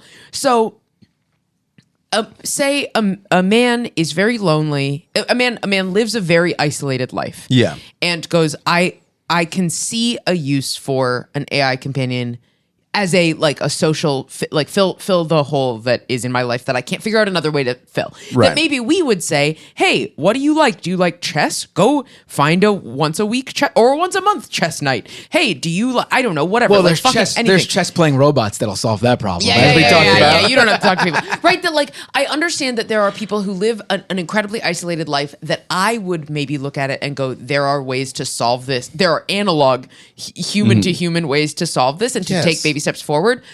Sure, of course. I mean, I think that that's the solution, end all be all. But like, I can imagine somebody who goes, that kind of human-facing solution is impossible for me. Yeah. I cannot imagine leaving my apartment. I cannot imagine going to a chess night. I cannot imagine whatever. Insert. Sure, fine. Okay, so I'm trying to like be as fair as possible, have as much empathy as possible, and this person, first of all, the idea that this person doesn't have inherent. Sorry, I'm really on my lady soapbox now. This is but great. The idea that person doesn't already, hasn't already been inherently soaked in sexist assumptions and standards and a view inherently of women as unequal, because I view women as unequal because that is the water that we swim in. That is how we live. That is how we are socialized. So like those assumptions already exist in all of us, and particularly in this isolated person.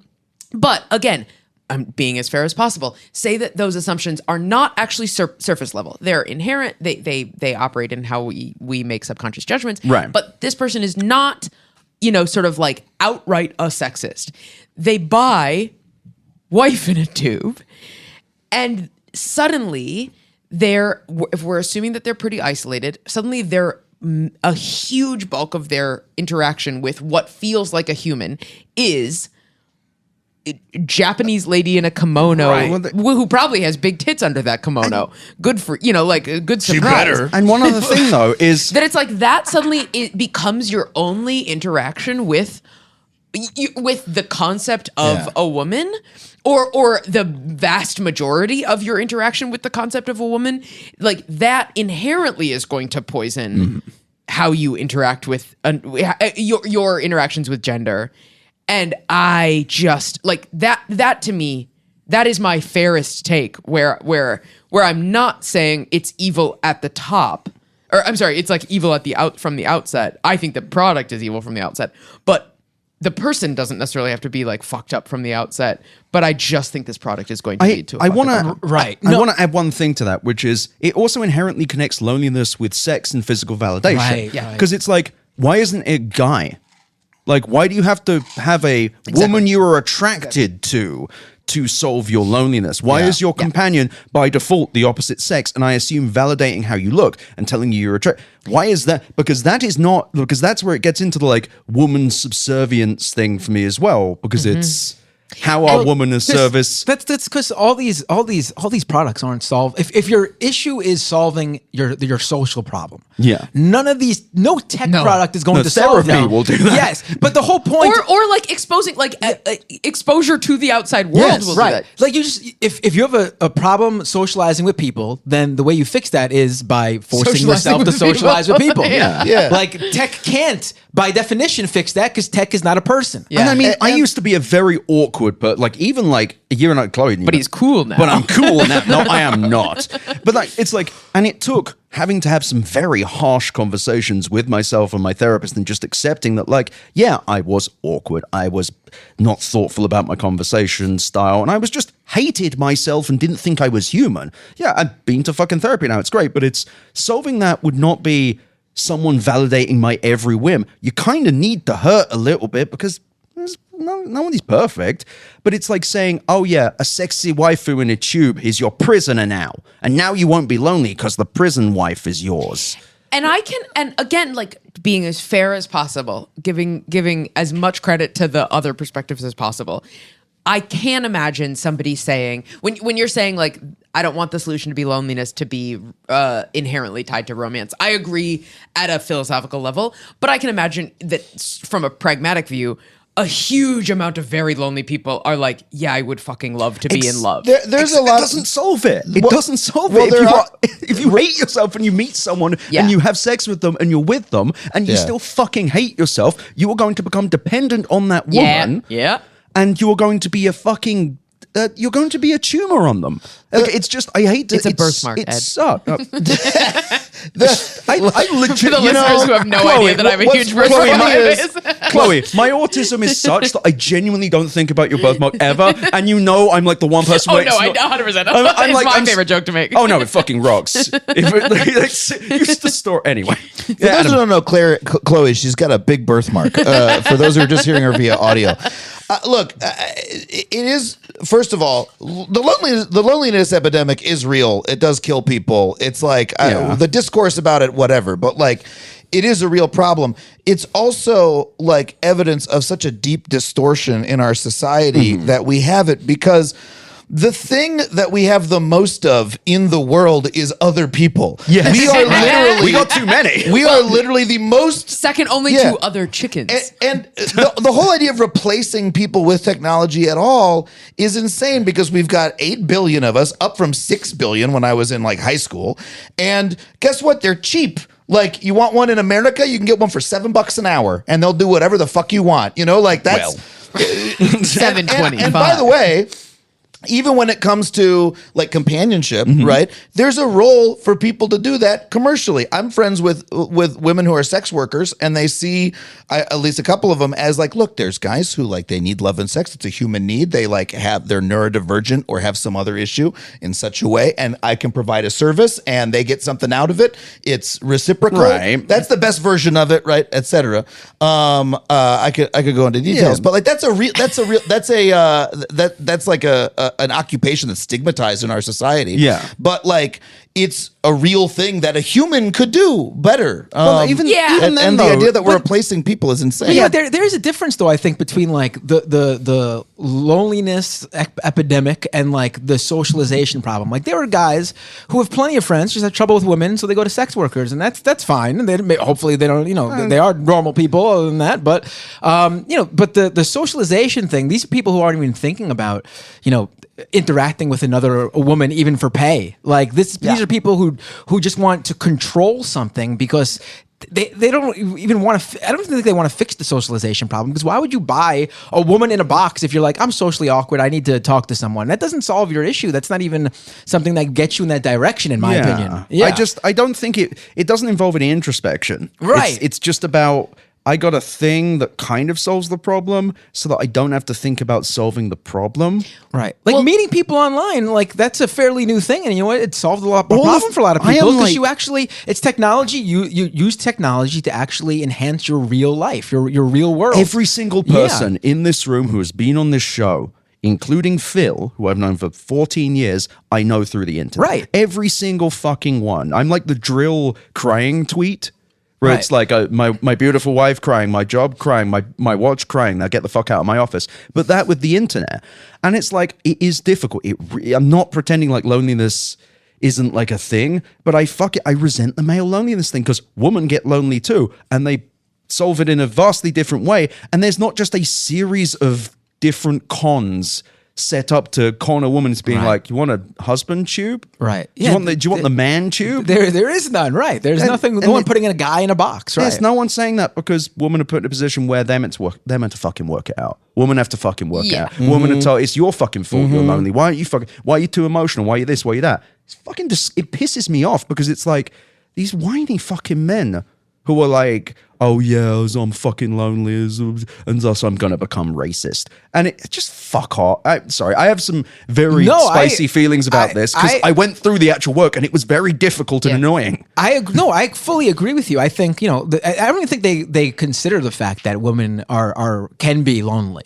Like it's not because in a lonely guy's world, they think, and you see this online all the time because you could see how angry they get when a woman decides to like start an OnlyFans and they are successful and they make money doing that. They're like, oh, it's so easy for women.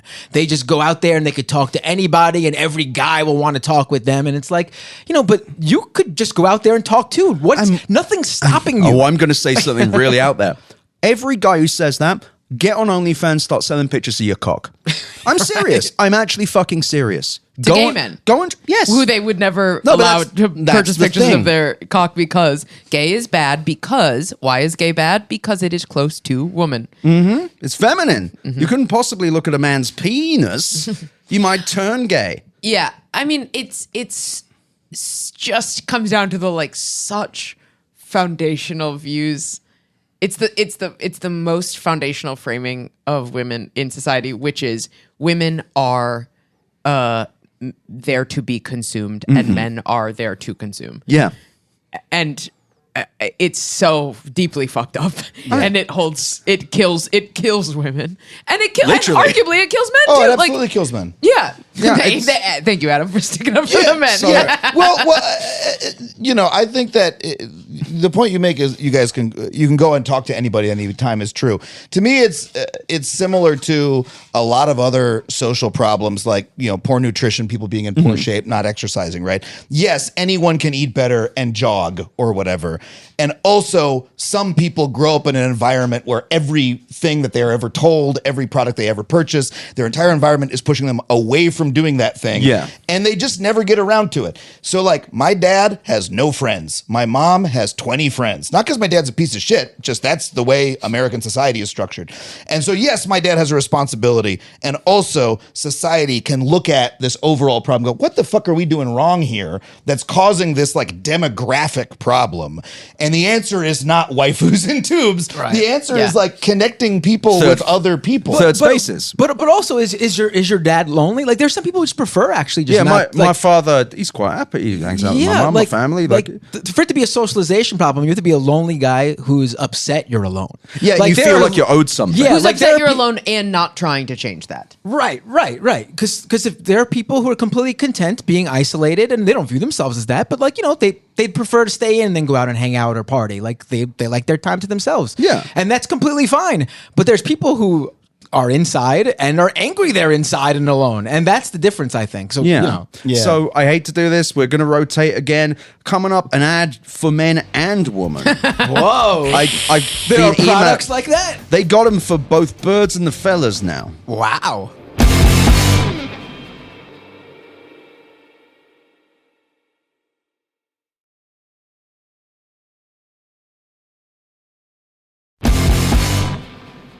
We're in the fourth quarter and I haven't had any water. That's actually true. I have not drank a drop of water. I think I've had 11 Diet Cokes. You do have a bottle of water next to you. Yeah, it's mostly, I just like to sit with it. Okay, we're back. It's Better Offline, and we're talking about male loneliness epidemic, I guess. We're back, and of course, with comedian and actress Chloe Radcliffe. We will let you do your plags. Plags. Do your plags. Yeah. Do your plags. Put your plagues on people. Your plagues at the end, and you, of course, Adam Conover, stand-up comedian. Hello. And, of course, the host of the Factually Podcast. And we're actually joined by Ben, my good mate, Ben Rudolph. It's good to see you, man. He's the CEO of Cartographiq, and you did 15 years at Microsoft? I sure did. You did the PR for Windows Vista, you were saying? Enterprise PR for Windows Vista, the worst job in the company. It's honestly though, that's the most PR thing. You will always have one. Yeah. You have one thing. You're like, I made it though. You made it and you're still smiling. I'm here. But that's right. It's germane to what we're talking about, like positive male role models, positive male discussions, because I brought you here because you're a good mate. And we've done a lot of, like, we're friends online and you've talked to me about fitness and been like, you've genuinely changed my life. Like helping me build a workout routine. My relationship with you solved more male loneliness than any like romantic relationship I've ever had. Are you a fitness coach, or No, are he's you just for Ed. do okay? No, not really. No, at all. He's just, and just to give you an idea, Ben is fucking like jacked. It's awesome.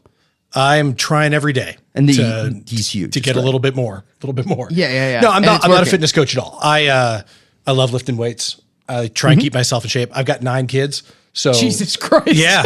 So I got a lot of people who are dependent on me. Gotta lift up a lot of kids. It's a Live lot, 9 kids. It's a lot of exactly a lot of functional fitness. Oh, but seriously, like it's great for my health. It's great for my mental health. Yeah. It's great for my family. Yeah. And like you had, like it solves as many mental challenges for me as it does physical challenges. So like Yeah. it's not a career for me. It's just something I really enjoy doing, and it's so deeply ingrained into my day-to-day routine that I really can't imagine living without it. Yeah, and we met over X, the Everything app, and the Ultimate Poster Championship with you, me, Caleb, and Tatiana. And we just talked fitness, and like I fucked up my body real bad doing connected fitness stuff. Actually, it was like fight camp and tonal, and I was lifting real hard. I was not in a good place, and I kind of went to Ben. I'm like, this keeps happening, and I keep like getting this pain. And Ben just sends me a video of him and his son. He's like, I'm going to show you how to throw a punch. And it was lovely. Like your son was like, you ready? And he just threw this perfect like spiral punch. I went, wow, I've been punching wrong for several months because you need to like rotate your hips and such. And it's just like, it's one of the things I cherish because it's like a wonderful relationship over the internet. For sure. A positive thing based with talking to another bloke about something positive. And I think it's really easy to dilute a lot of loneliness to, well, I need a female or a romantic companion. I need someone to make me feel better about myself versus helping me along a journey where I do that work while someone inspires me. Because you're huge and you always post the ones where you've got like 89-inch biceps or whatever. I think it's lovely. And also I'm saying, if you're listening to this as a man and you're saying, oh, I'm lonely, go and talk to another fella. Yeah. Ask him how he's feeling. Talk to him about how you feel. Don't fucking say, I need the wife tube. And now I do think, okay, so again, I really am keeping central in my vision, thinking about the other perspective and being as fair as possible. So if I'm a man listening to this podcast and I'm like, I'm lonely, and Ed's advice is go tell another man how you're feeling. Yeah. I think that the gap between where a lot of men exist and being able to tell another man how you're feeling is pretty deep. That's I'm a pretty gonna wide, say something deep simple. crevasse. It's hard to do. If you really can't, email me. easy@betteroffline.com. I'm not fucking kidding. Signal me, ezitron.76. If you really want to talk about your emotions and you're too scared because your cowardly male friends are not in touch with their feelings, do it. I don't care. You cry. I cry when I fucking need to. I'm fucking sick. You solve this by facing the problem, by doing stuff Yes, you with solve this by walking I through have it, not had weight issues, and honestly, you helped me, Ben, turn weightlifting into, I lift light now, I lift volume. It's about completing things. It's about building something rather than thrashing my fucking body. But I think we need to. I think we have to start by recognizing that it is difficult for men for some reason that we could get into. Me and one of my best friends, I've known him for 20 years. I see him twice a week at minimum. We're both in therapy. We're progressive guys. We care about our emotions. He, number of years ago, 7 years or so, got divorced. Didn't tell me for a year. Jesus Christ. Like we were on a hike and he was finally like, I want to let you know, like me and her are separated. And I was like, yeah, man, I haven't seen her around. Yeah, I know, but we didn't talk about it. Then I went through a big breakup like a year and a half ago, and he's had to come to me and occasionally go like, hey man, how are you doing? Like we haven't talked lately. And for some reason, we have to remind each other, and we do it less than we But should. actually, Yeah, you're right. I think I get that you need to remind people. the Listen to solution Better there Offline. might be ask your friend a question that sounds simple. Yeah. And this is not necessarily like, how do you tell your friends how you're feeling? This likely will open up a conversation. But like your friend saying, hey, how are you doing post breakup? Arguably, it sounds like you had noticed that something had gone weird in his marriage. You hadn't seen his wife around for a long time, but it sounds like you didn't say like, how are things with you and the wife? I didn't say anything to him either. So to me, it's like asking that question, even if that feels so like such a steep hill to climb. Like I've been in, as a woman with feelings, I've been in conversations with my girlfriends who I'm super, super close with, where I'm like, God, it is really fucking hard to be like, anyway, so how is your marriage doing? Like that seems like, it seems like if the answer is good, then I'm like opening suspicion into an area that I don't need to be opening suspicion into. If the marriage is bad, if she's not telling me, there must be a reason that she's not telling me. But the answer is actually just, we are sort of all socialized to not reveal a lot of that information. And then women have been permitted to be like, we have been sort of saddled with they're emotional and they're dramatic. But what the light side of that is that we are permitted to express difficult things a little bit more easily and a little bit more publicly. Sorry, Ben, we've just dropped you in the middle of this. No, this is great. It's like you and I mean, I think men in general are, we're supposed to be strong, physically strong, mentally strong, spiritually strong, all those things. You and I started talking not just about fitness, but when you were like, hey, I struggled with my weight. Yeah. Like I was able to say like, I struggled with my weight too. Like, this was about 2009 or so. I lost about 70 pounds. Hell yeah. I was big. So that gave us a point. Which for you is like 1% of your body mass. Yeah, I weigh 700 pounds. Yeah, he's huge. But it's all muscle. Yeah. more now than it used to be. But that gave us an opportunity to to talk over that. Yeah. And that was like something that we could bond over and something we could, you're not the only person who's ever dealt with a weakness that we could compare. Right. And like, I still always feel like the fat kid. I was saying, absolutely. I feel fat all the time. I feel fat right now. And like, it's weird. Right. And I always do. And it's always like, weighs on me because I was a heavy kid through my 20s and I didn't really turn it around until I was about 30 years old. And once you figure that out and you find out that other people have gone through the same thing, then all of a sudden you can have a very different conversation about it. And it's not about lifting to go win the Mr. Olympia, and it's not about trying to set a bench press record. It's really just about like, trying to build yourself up as much physically as it is mentally. And other people are you're just trying to get through the day. And also, that's okay. I will say, in my experience, pushing a little further on guys being like, are you really okay? It's all right. A lot of guys will open up and be like, I'm not. And you have a nice conversation and you're worried. And I mean, the feminization of emotion is disgusting because it's like, oh my God, the amount of times I've cried with my male friends and vice versa, and it's felt so much fucking better. Or when I've cried in front of you, Chloe. Yeah. I've cried that's close to how we met. It was like 2 days later. Yeah, it was 2 days later. But it's great and it's good. And it's really easy to find other stopgaps. And I want to be clear, like these companies are taking advantage of that. They're not, because I wanted to say this last episode as well. It's like the reason that there is a loneliness epidemic is there are no third spaces, there are fewer walkable cities, and the social networking tools no longer, this is such a fucking like Dennis Leary style, the social networking tools don't let you socialize, but really though, you can't have a chronological feed of the people you want to fucking follow on most platforms. There's obstructions between it. There's like random platforms just become racist. They're not designed to get people into physical space, with the exception of dating apps, which are. But even then? Like, true, and those are all fucked up and gamified, but like, what was the name of the site from like the late 90s, right? Like meetup.com or .org? Do you remember? I think they're still around. Maybe. It was literally designed to, it was like sort of pre-Facebook, designed to be find stuff to do there are things in called real life. Meetups. Meetups are still around. Like that as a branded name. Okay, well, that is not the focus of most social networking tools. In the early days, I totally there were a lot that were like, hey, let's get people to meet up in the real world. And now that's the last thing Facebook wants you to do. Yes. And it's just, there are ways that this could be fixed. I'm not an inventor, but I don't know. The problem being that men don't want to talk. That's not something, that's an analog problem.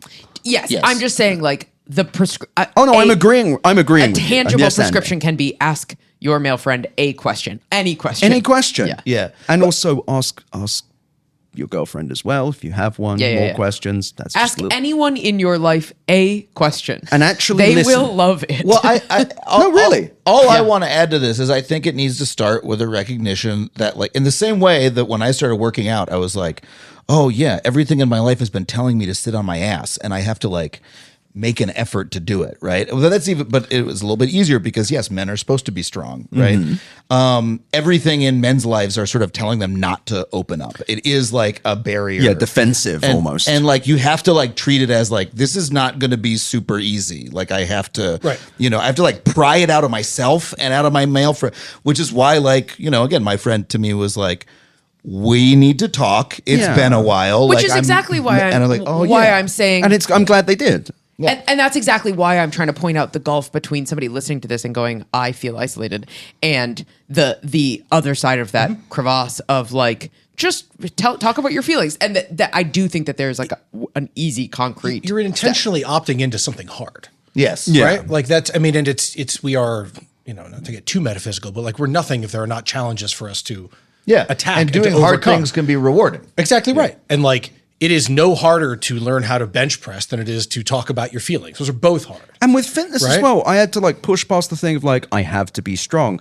It was this incredibly negative relationship I had with my body because I was a fat person that I was a fat, sedentary piece of shit. Until I got past that, I could not have a body I liked. Until it was about building something and recognizing weakness and the fragility of one's body, but also the fact that going about it and beating the shit out of yourself to become strong is unsustainable because it just means that a good thing, a powerful thing, a progressive thing is inherently regressive. You are just hurting yourself. And where is the end point of that? How are you going to go, oh, I've reached a good point? It's just, you're a piece of shit if you fall below this level. And I fucking fought with that.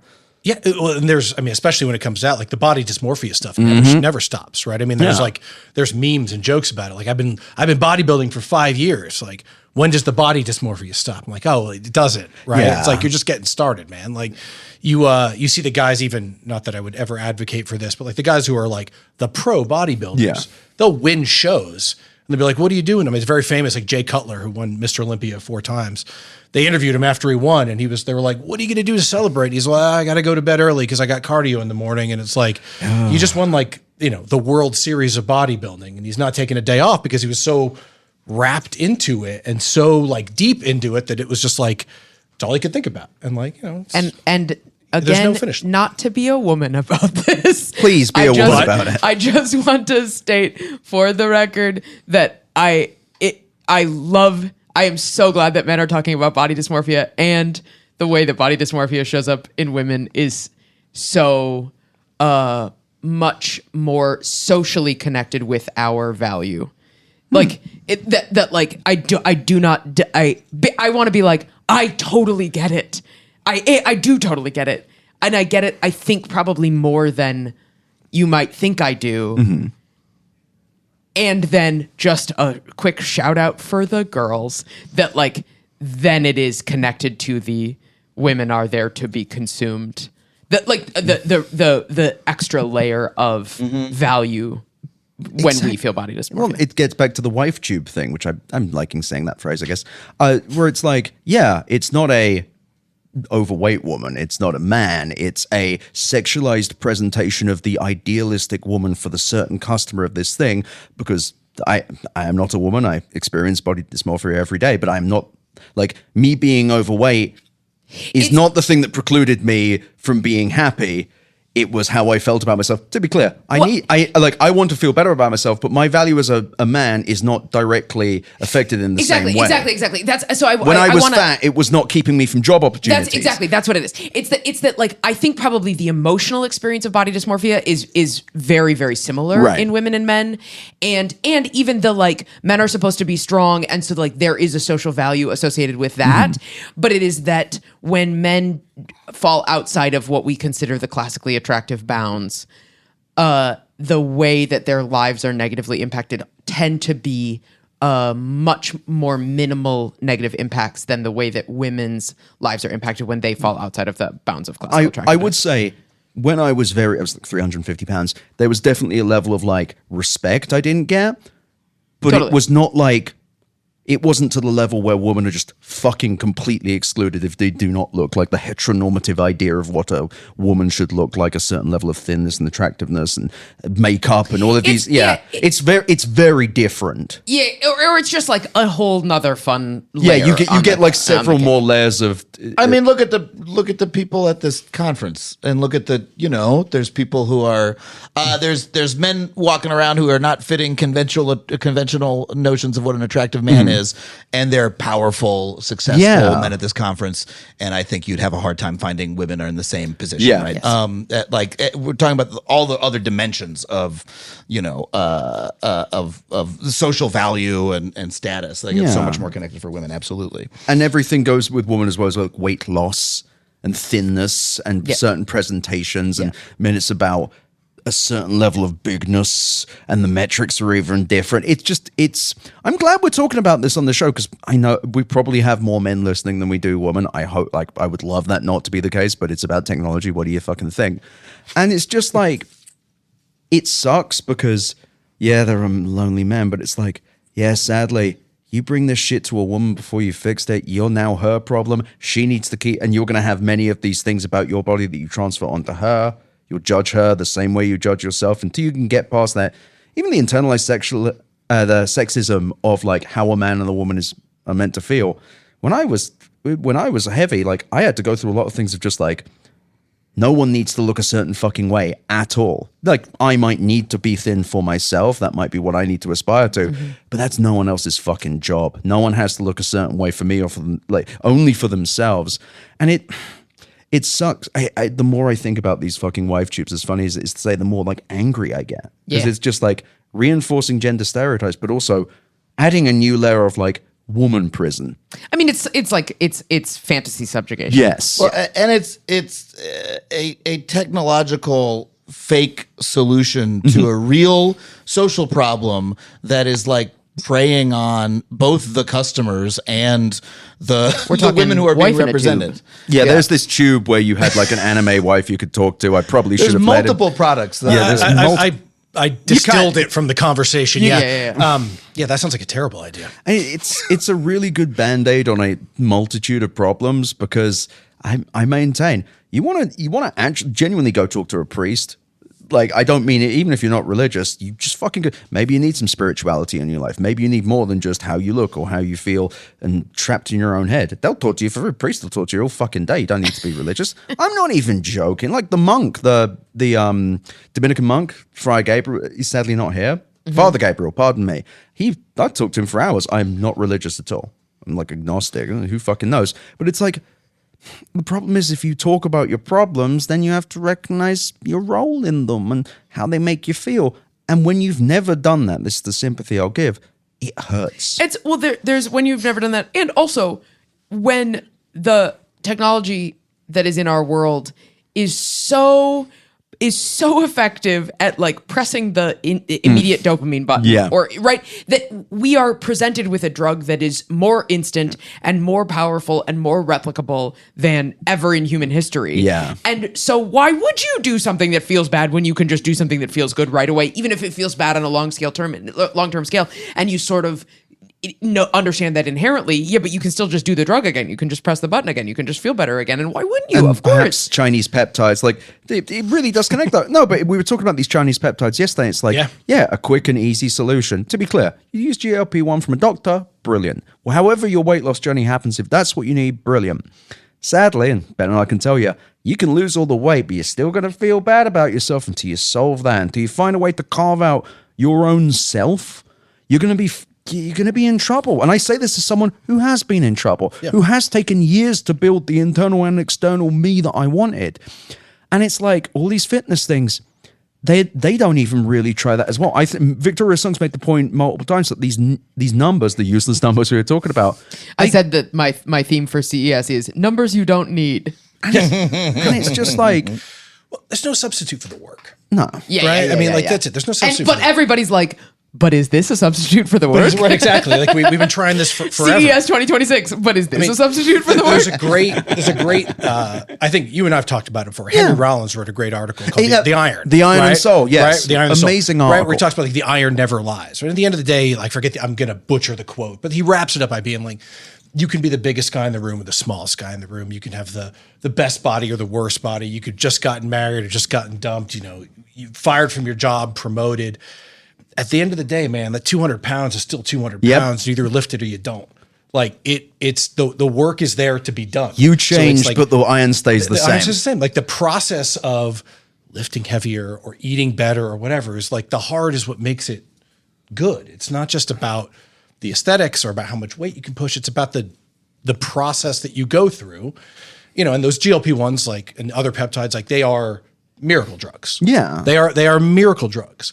And I know lots of people who have gone on them. And the people who are successful are the people who go on them and then also lift the weights and also do the cardio and also eat better. The people who just take them and then kind of like deflate because they're not doing anything have horrible metabolic problems because they took the shortcut and you get the results of the shortcut. Yep. And you feel still miserable about it. And they say this is, I was 350 pounds. I dropped to 130 pounds when I was 19. I then went back up to 260 something by the end of by like the midpoint of my 30s, and I'm maybe $165 now. That last part was the first time it stayed. Like I've stayed consistently this way, not because I've stayed consistent with my fitness. I've been off for the last few months, but because I've been more focused on what good feels like than I have on, am I fucking pushing, banishing, beating the fuck? I remember texting my friend Tatiana, friend of the show, Tatiana, my arms feel like they're full of broken glass. And I was happy. And she was like, I don't think that's what that's meant to feel like. And I was like, yes, it is. I'm good. It wasn't a good day. It was not long before I started talking to you, Ben. Yep. And I think it's just like, it's really easy to fucking hate yourself. For bad reasons, and then also not really be critical of yourself for the good ones, such as I'm fucking up my body repeatedly so that I can be sexy for a woman. And I want to add a corollary to it's really easy to hate yourself. Yes. Also, it is really easy to justify a fairly nihilist point of view. Go on. I think now more than ever. I think it's very easy to be like, nothing matters and we're all going to die. And so why would I try? Why would I even try? Yeah. Or like the world is so fucked up and obviously there's no, to rationalize, to justify whatever your repeated choices are. And I'm talking to myself more than anybody. Like I have a million of these ruts and that I get myself into. And I think it's very, very easy to justify self-destructive choices, particularly the mildly self-destructive choices, the ones that aren't like causing you to drive your car into a tree at the end of the night. What are the minor ones? Oh, just like justifying, promising yourself that you'll eat better and then not, even if it's not to a crazy degree, but it's to a degree that keeps you unhealthy in a way. Or like, it's like if you're not getting blackout drunk every week, but you're like, when I drink, I wake up the next morning and I feel anxious in a way that cripples me for the whole next day. Right. But I'm just going to have another drink. I'm just going to have one more drink with my friends tomorrow night or whatever. And again, like these are things that I do. This is my own life. This is, nobody saw. Adam just dropped. But the nihilism thing, I mean, like my favorite gym t-shirt that I lift in all the time is like the counterpoint to that. And it says like, we're all going to die. Might as well get strong. Yeah. Right? Like, I think, is it Pascal's wager? Isn't it Pascal's wager? Yeah. Right. It's like that, but for life choices. Yeah. Right? Like it's Pascal's wager. You can act as if God exists. Exactly. Like you might as well act as if God exists because even if he does not exist, living in a moral way is to the benefit of yourself. I totally agree. I'm saying like, I think a lot of people easily fall into a justification where it's not even that they like, I think that there's people listening to this who wouldn't say, I hate myself, who would just say everything is so bleak. Yeah. Who gives a fuck? It doesn't matter. Yeah. Yeah. And the thing is, or my jadedness is correct. Not even it doesn't matter. Stuff where they're like, it could matter, but like, look at, I think people rationalize jadedness. I also think it's really easy for guys to, in particular, no, I take that back. It's not true. Women do this kind of self-harm as well. And where it's like, for the beauty standards of both women and men, where it's, I need to hurt. The pain is necessary. No pain, no gain. Actually, pain is not brilliant. And with women, it can often be, I mean, they do the same thing with fitness, but like dietary stuff with women is much harsher. It's like the ways we punish ourselves, and they usually fail. Like, I am generally not in pain after I work out. I feel worked, but I feel good. And it's like, that's the thing to look for. But it's really easy because you go on Instagram, especially if you like start talking about fitness in the DM and Instagram's like, oh, we're not looking, but it looks like you need some peptides.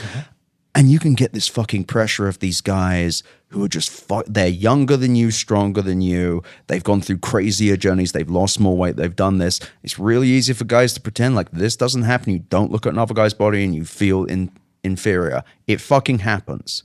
And you're like, if I look like that, I'll feel better. You probably won't, mate. Yeah, and women talk about this publicly all the time. Men don't want to because he's fucking gay. They're like, he's gay. Oh, he's fucking... Good Lord, the worst thing that could happen to you is that you're gay? Jesus Christ, that sounds fun. Like, who gives a shit? You're in love with a man. It sounds nice. You're in love with a woman. Who gives a fuck? Yeah. But it's like this feminization of anything, any kind of pain and emotion. Men are just fucking strong. Go to wife tube. Wife tube will talk to me and I'll lift 1 million pounds. I don't know. It's nice to have a conversation like this in a scenario like this as well, a very male-dominated space, male-dominated industry. Yeah. And it's also scary for men to think about this stuff. And it's much easier to blame everyone else. Yeah. Other men too.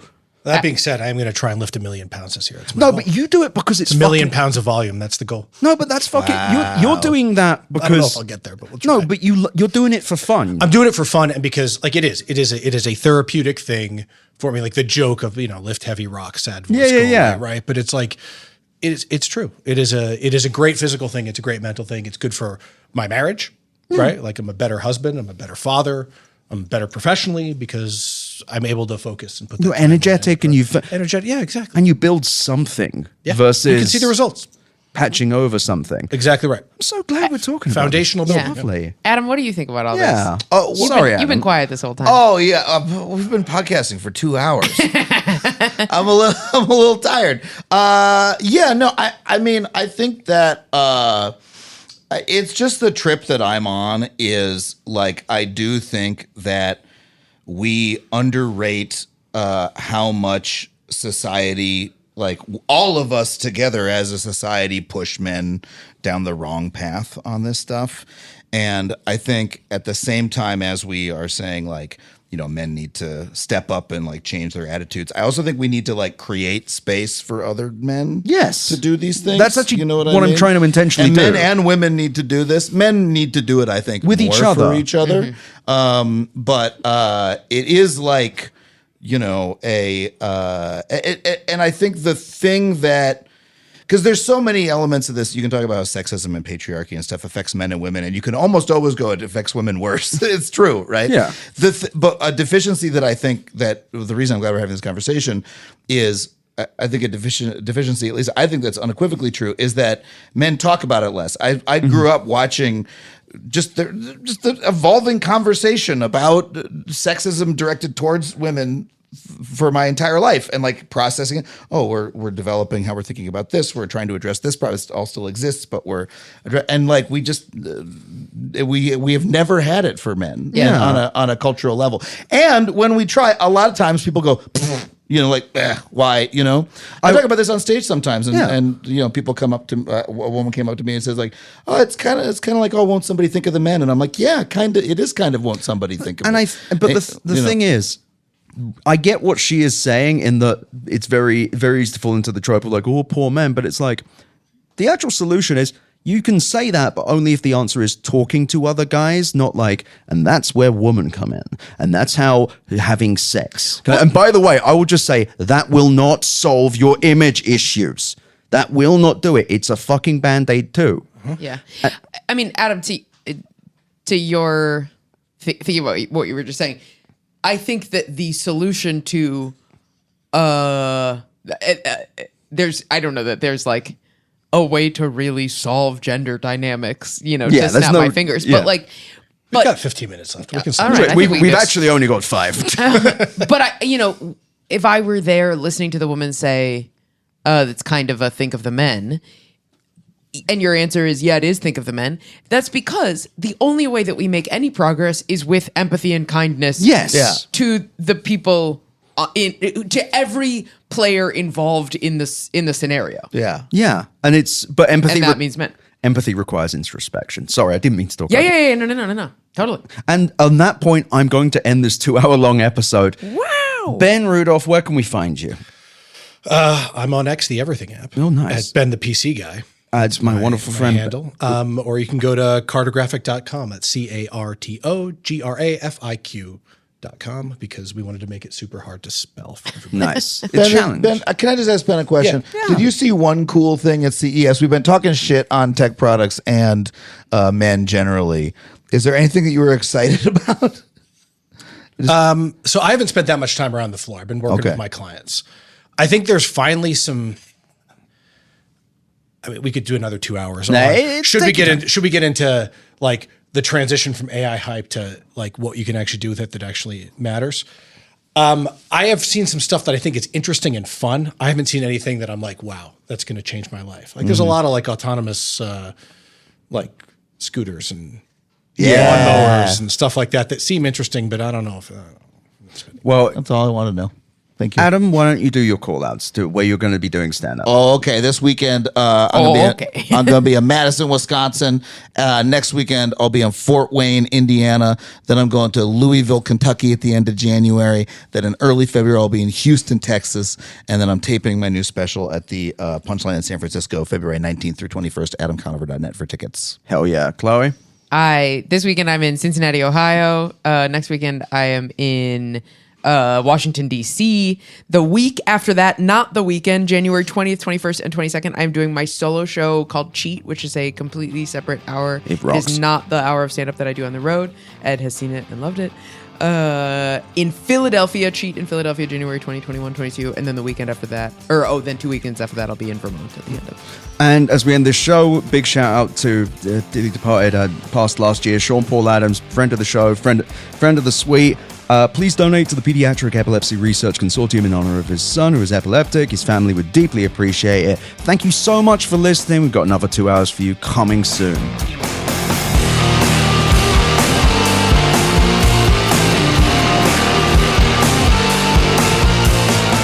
Thank you for listening to Better Offline. The editor and composer of the Better Offline theme song is Matt Osowski. You can check out more of his music and audio projects at mattosowski.com. mattosowski.com. You can email me at easy@betteroffline.com or visit betteroffline.com to find more podcast links and, of course, my newsletter.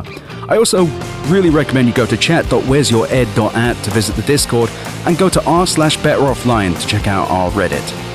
Thank you so much for listening. Better Offline is a production of Cool Zone Media. For more from Cool Zone Media, visit our website, coolzonemedia.com, or check us out on the iHeart Radio app, Apple Podcasts, or wherever you get your podcasts.